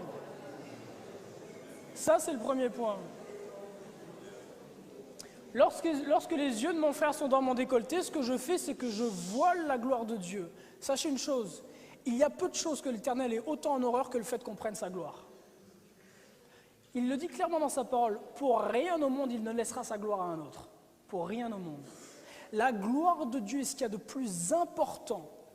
Il n'y a rien qui soit au-dessus de la gloire de Dieu. Tout ce que Dieu fait, il le fait pour sa gloire. Parce qu'il est ce qu'il a de plus précieux, il est ce qu'il y a de plus bon. Tout est fait pour sa gloire et sa gloire uniquement. S'il vous sauve, c'est pour sa gloire. S'il vous nourrit, c'est pour sa gloire. S'il vous aime, c'est pour sa gloire. Il n'y a rien qui finalement, au bout du bout, soit fait pour vous, ou pour quoi que ce soit d'autre que pour sa gloire. Et s'il nous a sauvés, dit la parole de Dieu, c'est pour la louange de la gloire de sa grâce. Lorsque vous voilez la gloire de Dieu, vous devenez ennemi de Dieu. Premier point. Deuxième point.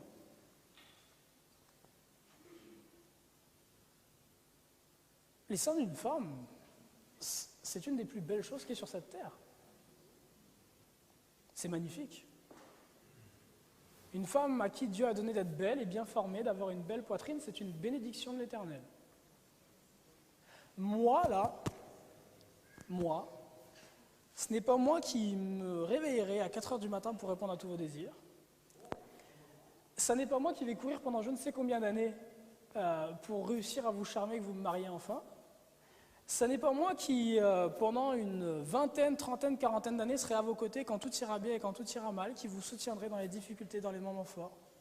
À aucun moment, ou presque, je ne serai là pour vous. Pourquoi me donner un cadeau pour lequel je n'ai pas travaillé? C'est bien d'être généreux, mais il y a des limites.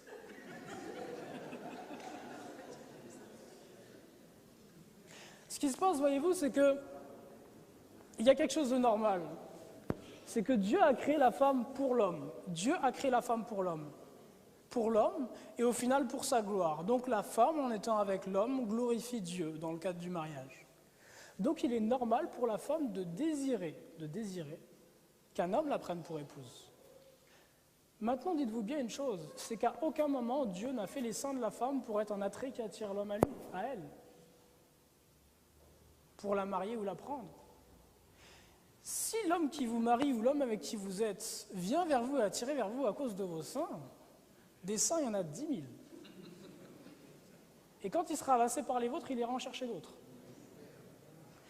Mais si l'homme qui vient vers vous à cause de votre personnalité, à cause de qui vous êtes, à cause de la présence de Christ en vous, ça, il ne le trouvera nulle part ailleurs. Nulle part ailleurs.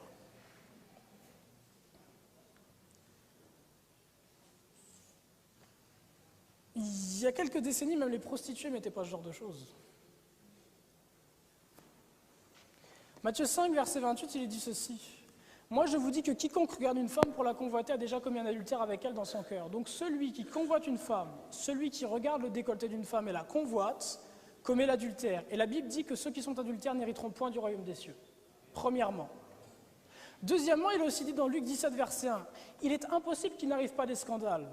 Mais malheur à celui par qui le scandale arrive. Il vaudrait mieux pour lui qu'on mit à son cou une pierre de moulin qu'on le jetât dans la mer.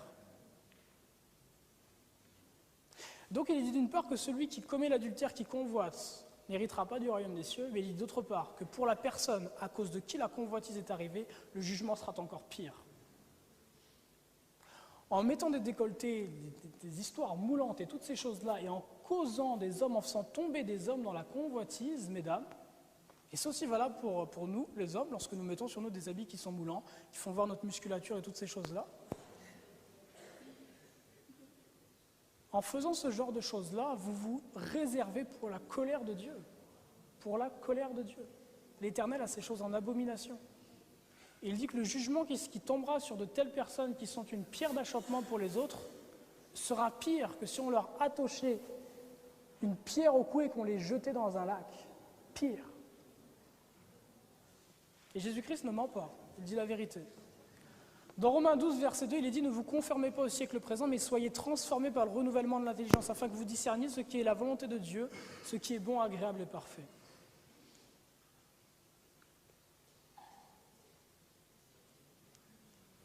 1 Pierre 3, verset 3 à 5 dit « Ayez non cette parure extérieure qui consiste dans les cheveux tressés, les ornements d'or ou les habits qu'on revêt, mais la parure intérieure est cachée dans le cœur, la pureté incorruptible d'un esprit doux et paisible, qui est d'un grand prix devant Dieu. Ainsi se paraît autrefois les saintes femmes, qui espéraient en Dieu soumises à leur mari, comme Sarah, qui obéissait à Abraham et l'appelait mon Seigneur. » Aujourd'hui, enfin il y a 3800 ans, non 4000 ans, excusez-moi, il y a 4000 ans à peu près, Sarah regardait Abraham et appelait Abraham mon Seigneur. Aujourd'hui, une femme regarde son homme et appelle son homme mon bébé.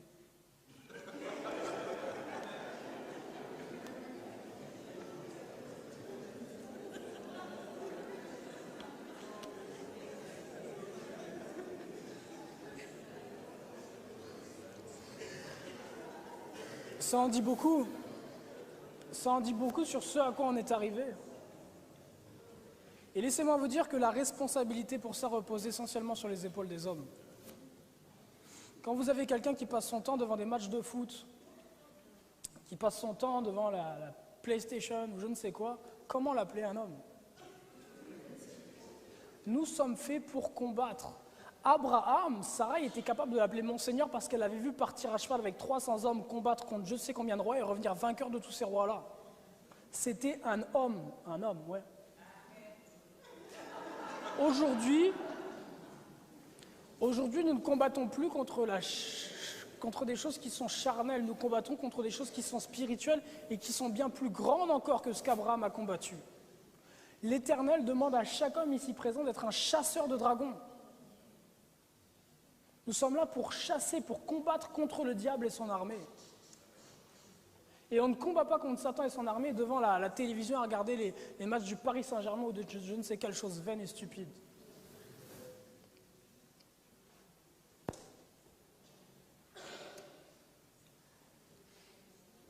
Alors, ici, si je mets ici la représentation de cette jeune femme-là, donc une jeune femme à l'église, et que je vous pose la question de savoir est-ce qu'elle est vêtue de manière pudique, je sais que la plupart des personnes me répondront oui. Je poserai alors la question pourquoi? Pourquoi pensez-vous que la façon dont elle est habillée est pudique? Pourquoi est-ce qu'elle fait preuve de pudeur? La raison pour laquelle la plupart des personnes penseraient qu'elle est pudique, c'est parce que ce par rapport à quoi vous comparez pour savoir si une chose est pudique ou non, c'est par rapport aux standards qu'il y a dans le monde aujourd'hui. Donc si c'est en dessous des standards que vous avez reçus, en dessous de l'étalon que vous avez, vous direz que c'est impudique. Si c'est au-dessus, au même niveau, vous direz que c'est pudique. Seulement, la parole de Dieu nous dit ceci dans 1 Corinthiens 3, verset 18, que nul ne s'abuse lui-même. Si quelqu'un parmi vous pense être sage selon ce siècle, l'apôtre Paul ne dit pas si quelqu'un parmi vous pense être fou selon ce siècle. Il dit si quelqu'un parmi vous pense être sage selon ce siècle. Donc si vous pensez faire partie de ceux qui, selon ce siècle, font partie, diront les personnes moyennes, les personnes sages, qui ne sont pas des débauchés totales, L'apôtre Paul dit qu'ils deviennent fous afin de devenir sages, car la sagesse de ce monde est une folie devant Dieu. Aussi est-il écrit, il prend les sages dans leur ruse. Et Romains 12, verset 2 nous dit, ne vous conformez pas au siècle présent, mais soyez transformés par le renouvellement de l'intelligence, afin que vous discerniez quelle est la volonté de Dieu, ce qui est bon, agréable et parfait. Le standard par rapport auquel nous devons juger les choses, ce n'est pas le standard du monde, c'est le standard qui ne change jamais. Le standard qui est le même éternellement.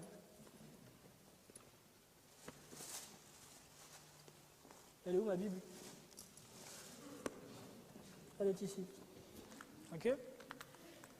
Le standard qui est le même éternellement, celui qui ne change pas la parole de Dieu. En fonction de ça, nous devons juger. C'est en fonction de ça que nous devons déterminer comment nous habiller, comment adorer, comment prier, comment faire toutes ces choses-là. Ici.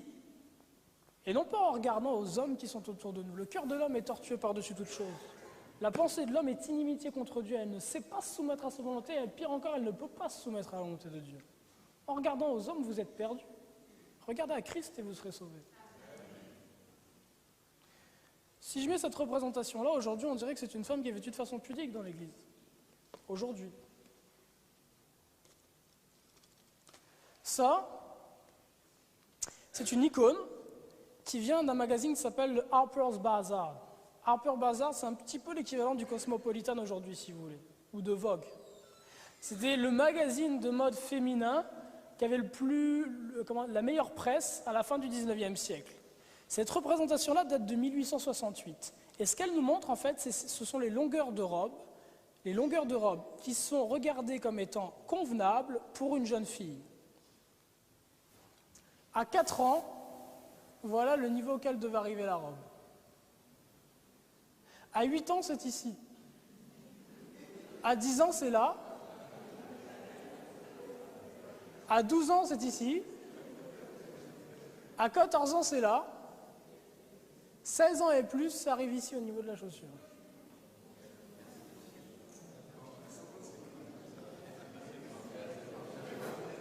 Et ça,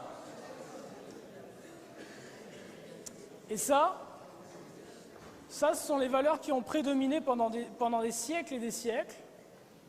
Ça, ce sont les valeurs qui ont prédominé pendant des siècles et des siècles. Ce sont les valeurs qui étaient en place dans des pays protestants qui vivaient selon l'enseignement de la parole de Dieu, où étaient les puritains, qui vivaient en accord avec les Écritures et qui cherchaient pour toute chose l'autorité dans l'Écriture. Et c'est aussi la façon dont s'habillaient les saintes femmes des Écritures. Vous pensez sincèrement que Marie, la mère de Jésus, s'est amenée au pied de la croix en décolleté, en jean moulant?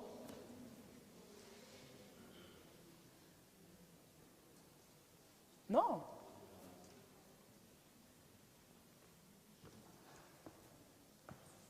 Par rapport à une robe, puisque l'habit qui convient pour une femme, c'est la robe. Par rapport à une robe,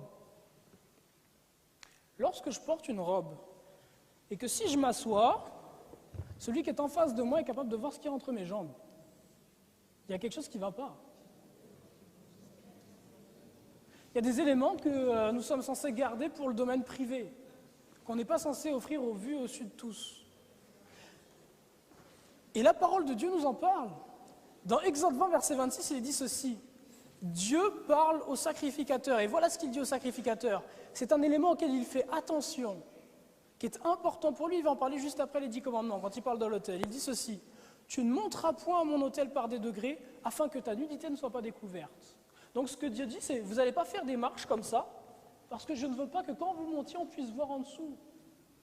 Je ne veux pas qu'on puisse voir en dessous. Votre nudité, elle doit être cachée.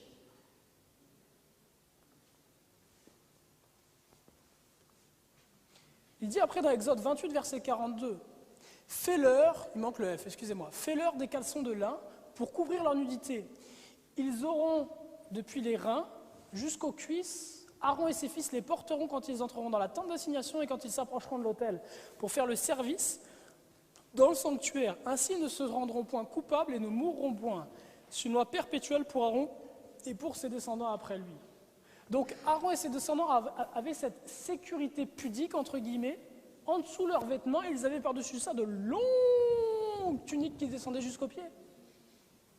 Dieu ne voulait pas qu'il y ait le moindre risque que l'on puisse discerner ce qui se passe en dessous.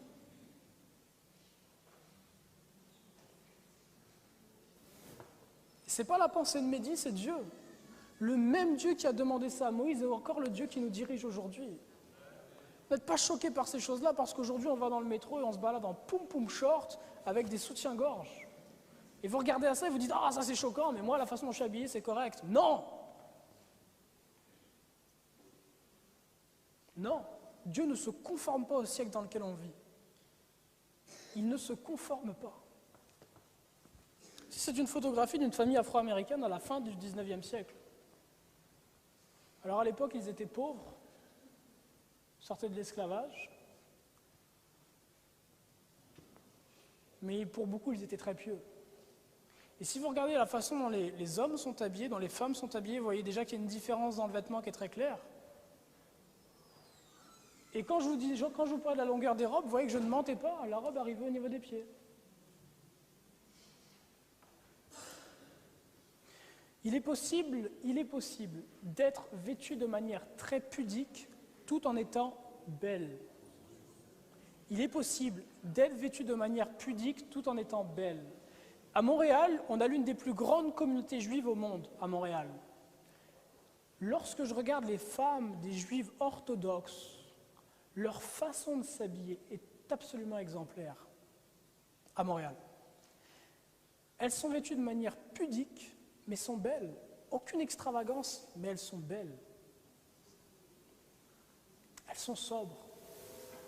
Le swag, c'est ça le mot là pour le style là? Le swag éternel, celui qui ne change jamais, qui est toujours là, c'est la simplicité, la sobriété.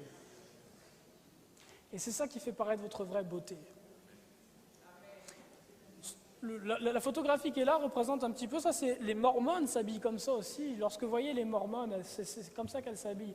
Elles mettent une belle robe de coton, avec un petit haut de coton. Elles sont magnifiques. Lorsque vous les voyez, la dernière fois je parlais avec 2 mormones dans le métro pendant que j'évangélisais, on échangeait sur les Écritures. Lorsque je les vois, je vois de saintes femmes, j'ai du respect pour elles. À aucun moment dans ma tête, il y a une image désagréable qui passe. Lorsque je vois des femmes que je respecte. Et des femmes, une femme qui pourrait être une bonne épouse, qui n'est pas une femme sensuelle. Non. Comment se fait-il que ce sont les orthodoxes, les juifs orthodoxes, les mormons, les musulmans qui doivent à nous apprendre la sobriété et l'humilité? Comment se fait-il que ce sont ceux qui sont dans les sectes qui doivent nous apprendre à nous comment nous comporter? Quand Jésus-Christ dit qu'au temps de la fin, une reine du Midi se lèvera et condamnera cette génération, au temps d'aujourd'hui, si Jésus était ici, il dirait les témoins de Jéhovah se lèveront et vous condamneront. Les mormons se lèveront et vous condamneront. Les musulmans se lèveront et vous condamneront.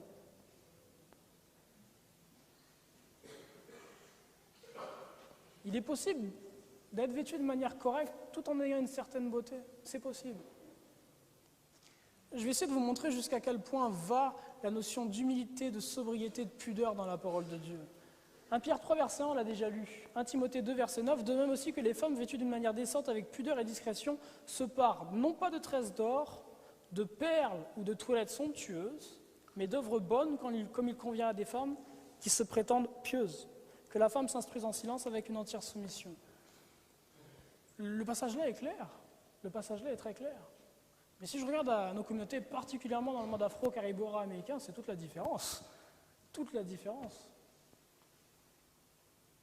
Dieu a béni les femmes d'origine africaine en ce qu'elles sont particulièrement belles. En tout cas, je les trouve particulièrement belles. Mais lorsqu'on regarde à la communauté afro-caribéo-américaine, les femmes, tout tourne autour du cheveu. Le cheveu a une importance qui est énorme. On passe tellement de temps à se faire des boucles, à se faire des tresses, à faire ceci, à faire cela, et à mettre de la gloire dans sa tête. Laissez-moi vous dire ce qu'enseigne la parole de Dieu.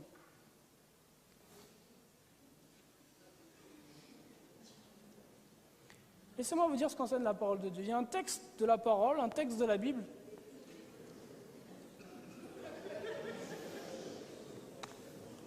Non, je vous ai dit, je ne suis pas là pour vous plaire.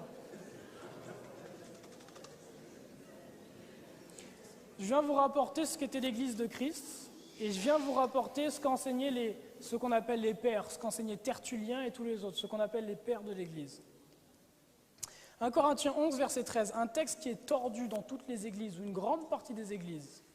Jugez donc vous-même, convient-il pour une femme de prier Elohim la tête non voilée?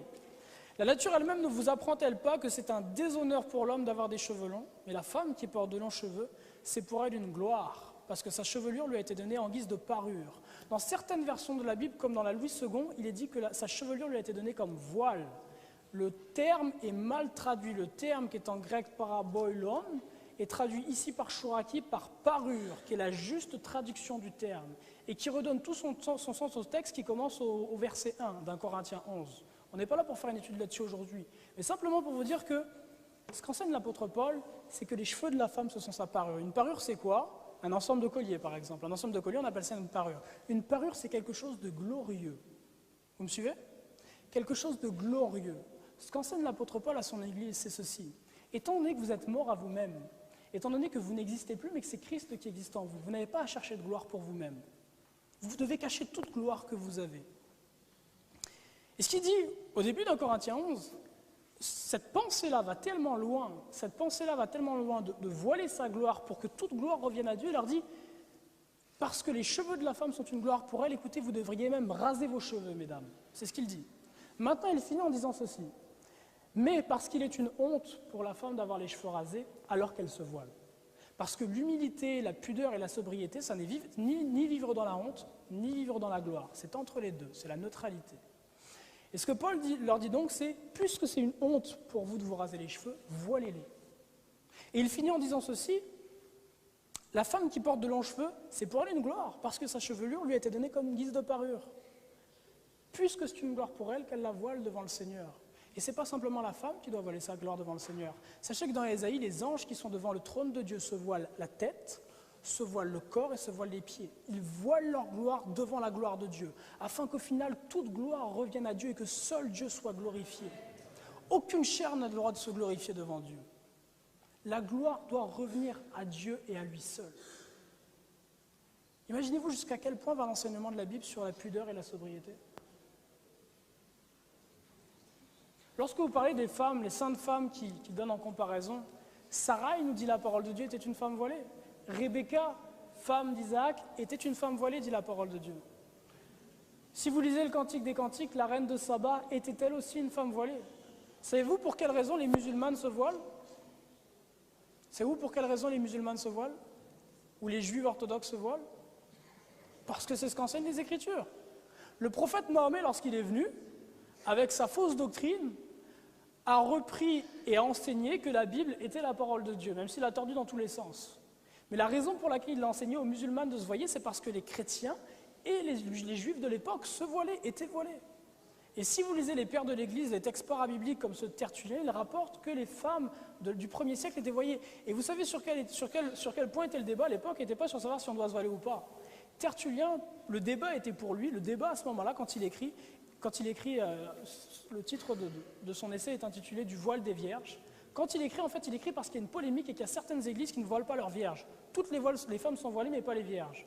Et Tertullien est remonté par rapport à ça. Comment ça? Donc le voile est accepté pour tous. La discussion était simplement est-ce que les vierges ou non doivent se voiler? Il faut prendre le texte pour ce qu'il est et cesser de chercher à tordre les Écritures. Ça ne servira à rien devant Dieu. Lorsque je vois sur Facebook des photos de profil totalement impudiques, et qu'à côté, il est noté ceci, chrétien.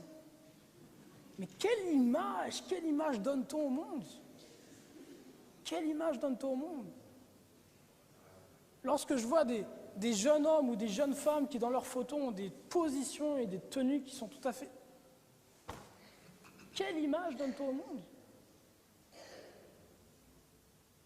Et puis, on parle des bijoux des femmes. Et oui, la parole de Dieu nous enseigne que parce que nous sommes en Christ, nous devons abandonner toute gloire et donc ne plus porter de bijoux et toutes ces choses-là. Mais messieurs, sachez que si pour une femme, il ne faut pas porter de boucles d'oreilles et puis tous ces éléments-là et laisser ces gloires-là de côté, avoir une montre à 400 € au poignet, là, c'est la même chose. C'est la même chose. Et je vous dis ça, ce que je vous dis présentement, je me le suis dit à moi il y a quelques mois. Dieu me l'a dit à moi il y a quelques mois.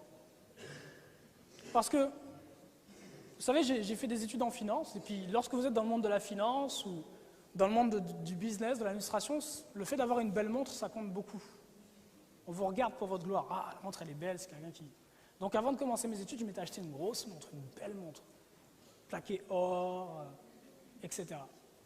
Une montre que j'avais dû payer entre 200 et 300 $, et puis qui était étiquetée au-dessus de 500 pièces.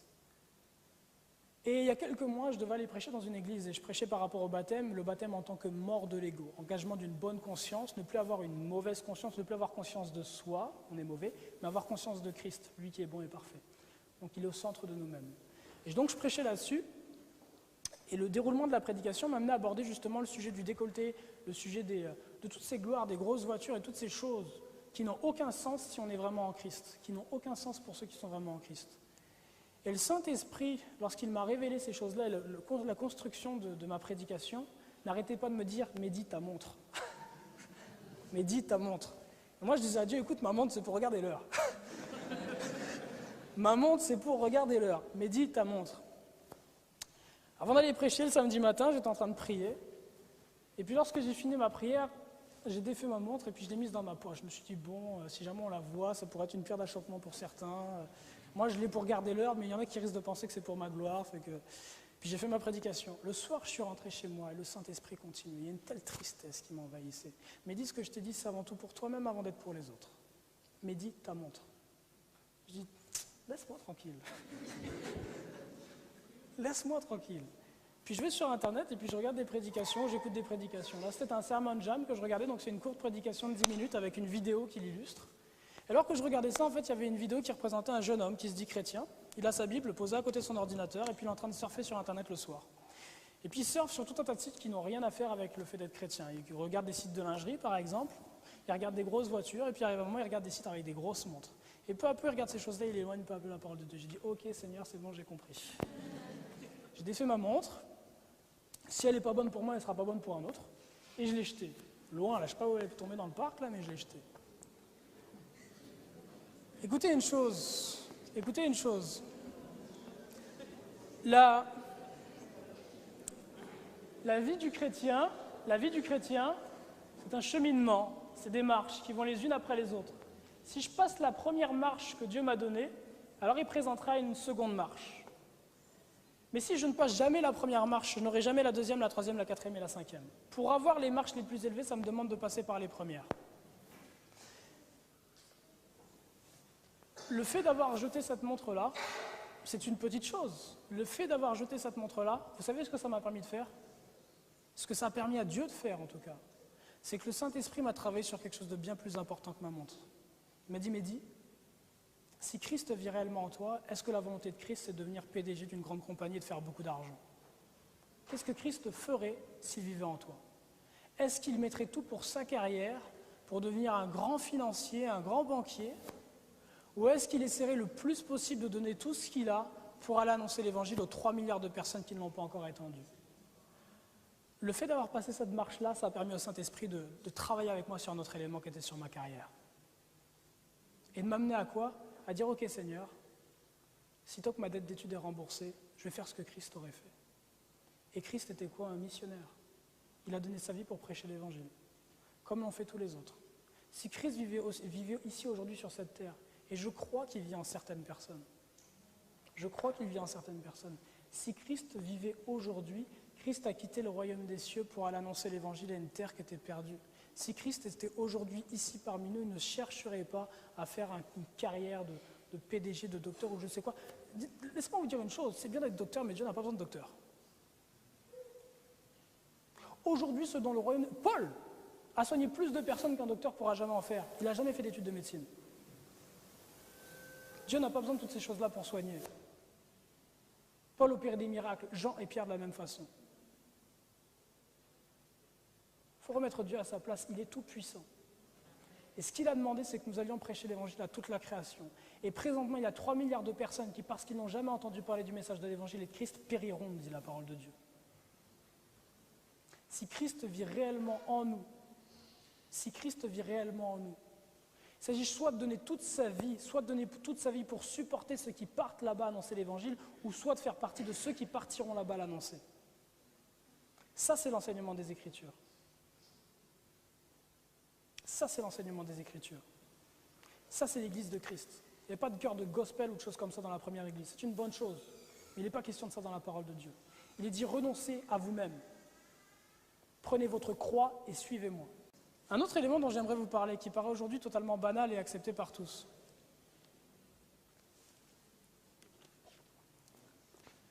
Qu'est-ce qu'on fait l'été en général? On prend des vacances. Et puis quand on prend des vacances, en général, on va où? On va à la mer. Et puis quand on va à la mer, on fait quoi? On se baigne. Et puis quand on est baigné, en général, on est habillé comment? On est déshabillé comment plutôt?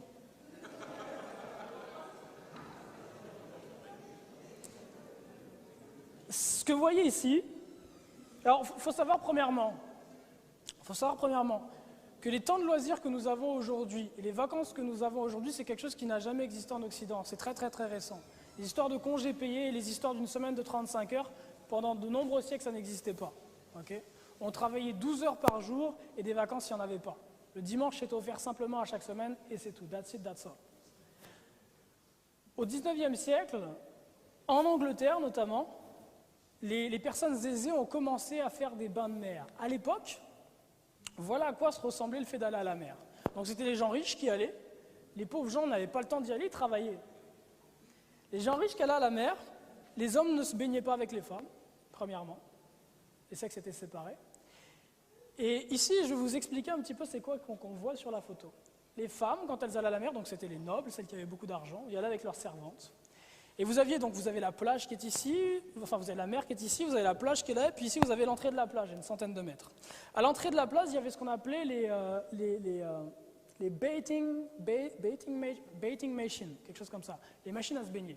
C'était des genres de chariots, comme ceux que vous voyez ici, dans lesquels vous rentriez. C'est un chariot qui est fermé, dans lequel on ne vous voit pas, donc vous vous changez et vous mettez quelque chose qui est, pour aller vous baigner, qui est encore plus pudique ce qu'on met aujourd'hui que pour se balader dans la rue.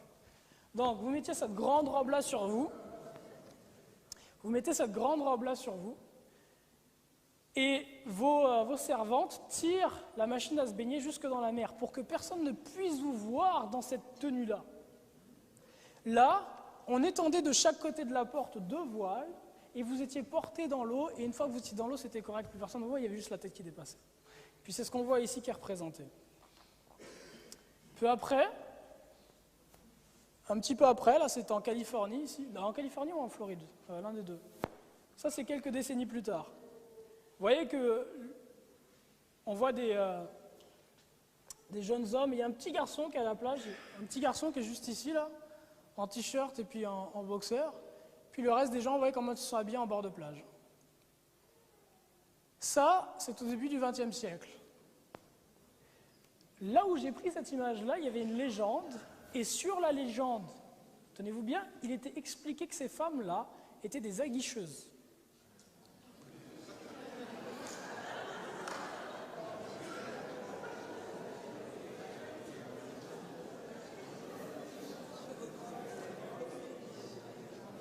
Pour quelle raison?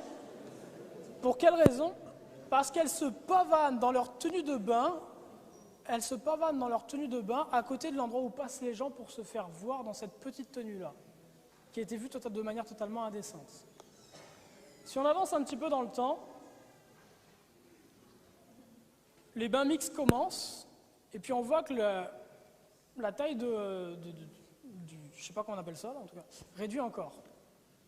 J'avance encore dans le temps, j'approche des années 50-60, ça donne ça.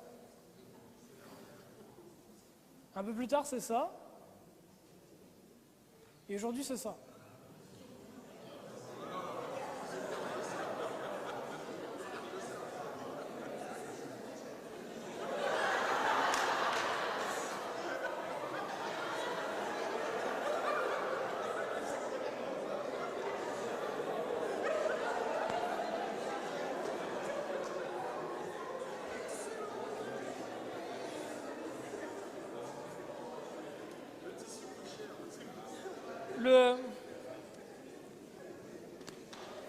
Le problème, voyez-vous, c'est que la chose nous fait rire, mais quand on lit la parole de Dieu, on comprend que c'est pour lui un sujet qui est extrêmement sérieux. C'est pour Dieu un sujet qui est extrêmement sérieux. Et laissez-moi vous mettre en contexte. Si vous êtes dans les premières pages de la Bible, dans les premières pages du livre Béréchit, la Genèse, après que l'homme et la femme aient péché, quelle est la conséquence du péché? Quelle est la conséquence du péché? La mort. Et la conséquence visible qui se voit sur l'instant du péché? La nudité. On voit leur nudité. Adam et Ève voyaient leur nudité. Ils vont se cacher à cause de leur nudité. Et le Seigneur a dit, Adam, pourquoi t'es-tu caché? Parce que je suis nu. Qui t'a appris que tu es nu? Le péché, la mort, la conséquence du péché, cet univers-là, la symbolique de ça, c'est la nudité. C'est la nudité. La nudité est la symbolique de la conséquence du péché. La nudité de l'homme et de la femme témoigne de leur caractère de pécheur. Et ce qui se passe dans le jardin d'Éden, c'est qu'Adam et Ève, ils vont faire quoi? Il est dit qu'ils vont se faire des ceintures. Des ceintures avec des feuilles de figuier. Des ceintures avec des feuilles de figuier. Donc est-ce qu'ils étaient tout nus? Non, ils étaient habillés. Ils étaient habillés. Genèse 3, verset 6, « Et la femme vit que l'arbre était bon à manger et qu'il était un plaisir pour les yeux et que l'arbre était désirable pour rendre intelligent. Et elle prit de son fruit et en mangea. Elle en donna aussi à son mari pour qu'il en mangeât avec elle et il en mangea. Et les yeux de tous deux furent ouverts, ils connurent qu'ils étaient nus, ils cousirent ensemble des feuilles de figuier et s'en firent des ceintures. » Et quand on avance un petit peu dans Genèse et qu'on va au verset 21, il est dit « Et l'Éternel Dieu fit à Adam et à sa femme des robes de peau et les en revêtit. » Il y a deux éléments très importants dans ce verset 21. Il y a une dimension qui est symbolique, une dimension qui est christocentrée. Et cette dimension-là dit quoi? Vous ne pouvez pas par vous-même et par vos œuvres anéantir les conséquences du péché, c'est totalement impossible. C'est moi qui dois le prendre en charge et aussi je vais saigner un agneau pour vous habiller. C'est moi qui vais nettoyer les conséquences du péché. L'homme ne peut pas le faire par lui-même. Ça, c'est l'enseignement spirituel. Mais il y a un enseignement qui est très concret qui sort de là. Dieu dit à Adam et Ève, vos petites ceintures de feuilles de figuier, là, ça ne va pas, vous vous couvrez, habillez. Et il leur met des robes de peau. Et laissez-moi vous poser une question. Quand on parle de ceinture de feuilles de figuier, là, on parle de quelque chose qui est pas mal plus large quand même qu'un boxeur, hein, par exemple. Hein. Une feuille de figuier, c'est assez large. Puis à l'époque, elle était peut-être encore plus. Donc on parle de quelque chose qui est assez large, qui vous couvre et qui est assez large. Une ceinture de feuilles de figuier. Il y avait combien de personnes dans le jardin d'Éden? 2 personnes, Adam et Ève. Et Dieu. Et dans ce contexte-là, il fait quoi? Il les couvre avec des robes de peau. On pourrait dire c'est un époux et son épouse, ils sont dans le jardin, ils font ce qu'ils veulent. Là. Excusez-moi pour l'accent québécois. On pourrait dire ils font ce qu'ils veulent. Mais Dieu dit non. Habillez-vous. Et il leur met des robes de peau. Essayez s'il vous plaît de vous centrer sur la parole de Dieu avec moi, sur le caractère de Dieu.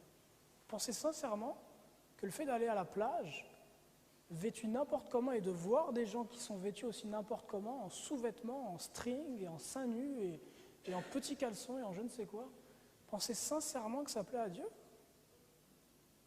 Si dans un univers où il y a simplement un homme et une femme qui sont en plus mari et femme, dans cet univers-là, seul, il leur dit « habillez-vous ». Ils sont dans un jardin, ni plus ni moins que la même chose que si vous alliez au lac des Tempes, par exemple. Ça, c'est le Dieu de la Bible. Ça, c'est le Dieu des Écritures. Ça, c'est le Dieu des Écritures. Et c'est un Dieu qui ne change pas. J'ai eu 13 ans, j'ai eu 14 ans. J'ai eu l'âge auquel toutes les hormones bouillonnent dans le petit garçon. Je vous assure, quand j'avais 13 ans et 14 ans et que j'allais à la plage et que je voyais toutes ces femmes avec des bikinis et toutes ces choses-là, j'étais pas capable de me lever. Je restais allongé dans le sable parce que j'étais totalement excité. Et il n'y avait pas simplement moi, tous les petits garçons, la plupart, à 13-14 ans, quand les hormones bouillonnent, c'est ça qui se passe. Donc j'étais comment? Je convoitais. Je convoitais. Et en convoitant, je commettais quoi? L'adultère. Il est temps de revenir à Dieu. pour les hommes qui sont ici, 1 Timothée 4, verset 8 nous dit ceci. Exerce-toi la piété. La piété, c'est l'amour de la prière. Car l'exercice corporel est utile à peu de choses, tandis que la piété est utile à tout.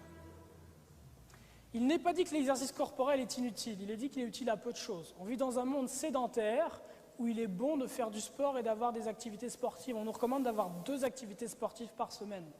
Mais quand il s'agit de rentrer dans les choses de culturisme et toutes ces choses-là, on est out. On doit être en santé, mais il ne s'agit pas de se centrer sur l'apparence physique. C'est utile à peu de choses.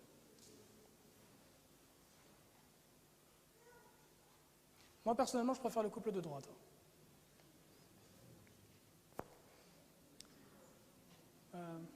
C'est joli. Ok, waouh. En fait, il y avait un dernier élément que j'aurais aimé aborder avec vous. Ok, il y a juste un dernier élément que j'aimerais aborder avec vous avant de faire la pause, par rapport aux pensées et aux rêves.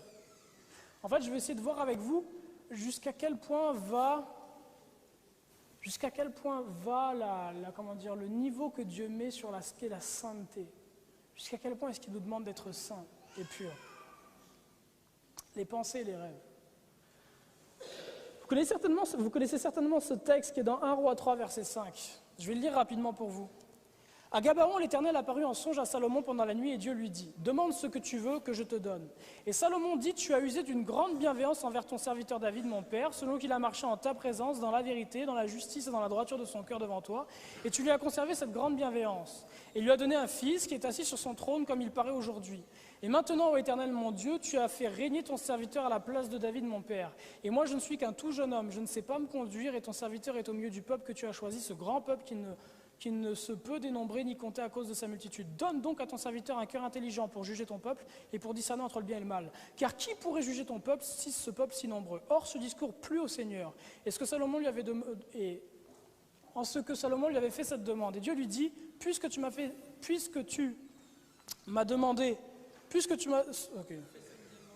cette demande et que tu n'as demandé ni une longue vie, ni des richesses, ni la mort, ni tes ennemis, mais que tu as demandé de l'intelligence pour rendre la justice, voici, je fais selon ta parole, je te donne un cœur sage et intelligent, de sorte qu'avant toi, nul n'aura été pareil à toi, et qu'il n'y en aura point après toi qui te soit semblable. Et de même, je te donne ce que tu n'as pas demandé, des richesses et la gloire, de sorte qu'entre les rois, il n'y en aura point de semblable à toi, pendant tous les jours de ta vie. Et si tu marches dans mes voies, gardant mes statuts et mes ordonnances, comme y a marché David ton père, je prolongerai tes jours. Alors Salomon se réveilla, et voici, c'était un songe. Petite question, ce passage-là de la vie de Salomon, est-ce que c'est un passage qui est négligeable, un passage qui est important, un passage qui est très important, le plus important, le moins important? Sur une échelle de 1 à 10, vous donneriez quoi? 10. Ce passage-là de la vie de Salomon est un passage qui est le plus important, c'est peut-être le climax de sa vie. Le moment où il va faire un choix qui va impacter tout le reste de sa vie, non seulement sa vie à lui, mais aussi la vie du peuple d'Israël et nos vies à nous aujourd'hui. Ce passage de la vie de Salomon est extrêmement important. Qu'est-ce que Salomon a à faire dans ce passage? Un choix. Un choix. Pour faire un choix, il faut être dans un état... On demande à quelqu'un de choisir quand il est dans un état de conscience ou d'inconscience. On demande à quelqu'un de faire un choix quand il est responsable et en état de conscience, capable de faire un choix. Où est-ce que Salomon fait ce choix?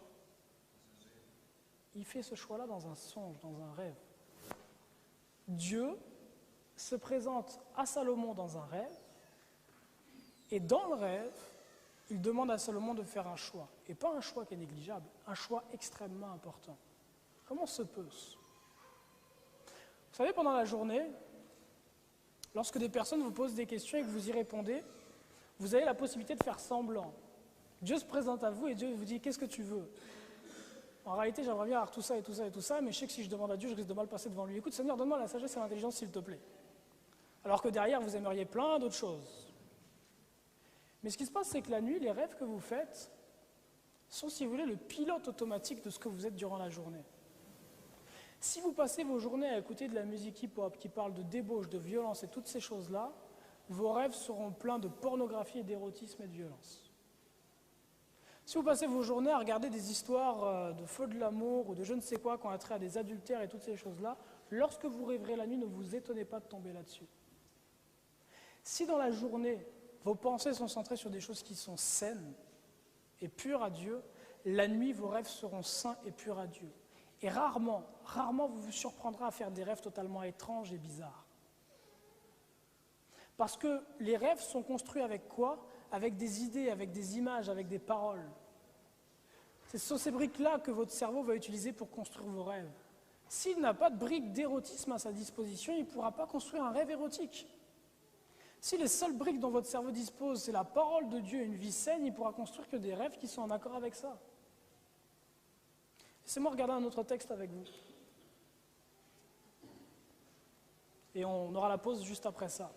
Deutéronome 23, verset 9 dit ceci. « Quand tu marcheras en âme contre tes ennemis, garde-toi de toute chose mauvaise. S'il y a quelqu'un d'entre vous qui ne soit point pur par suite d'un accident arrivé de nuit, il sortira hors du camp, il n'entrera point dans le camp, et sur le soir il se lavera dans l'eau. Et dès que le soleil sera couché, il rentrera dans le camp. » Est-ce que quelqu'un peut me dire de quoi il est question ici?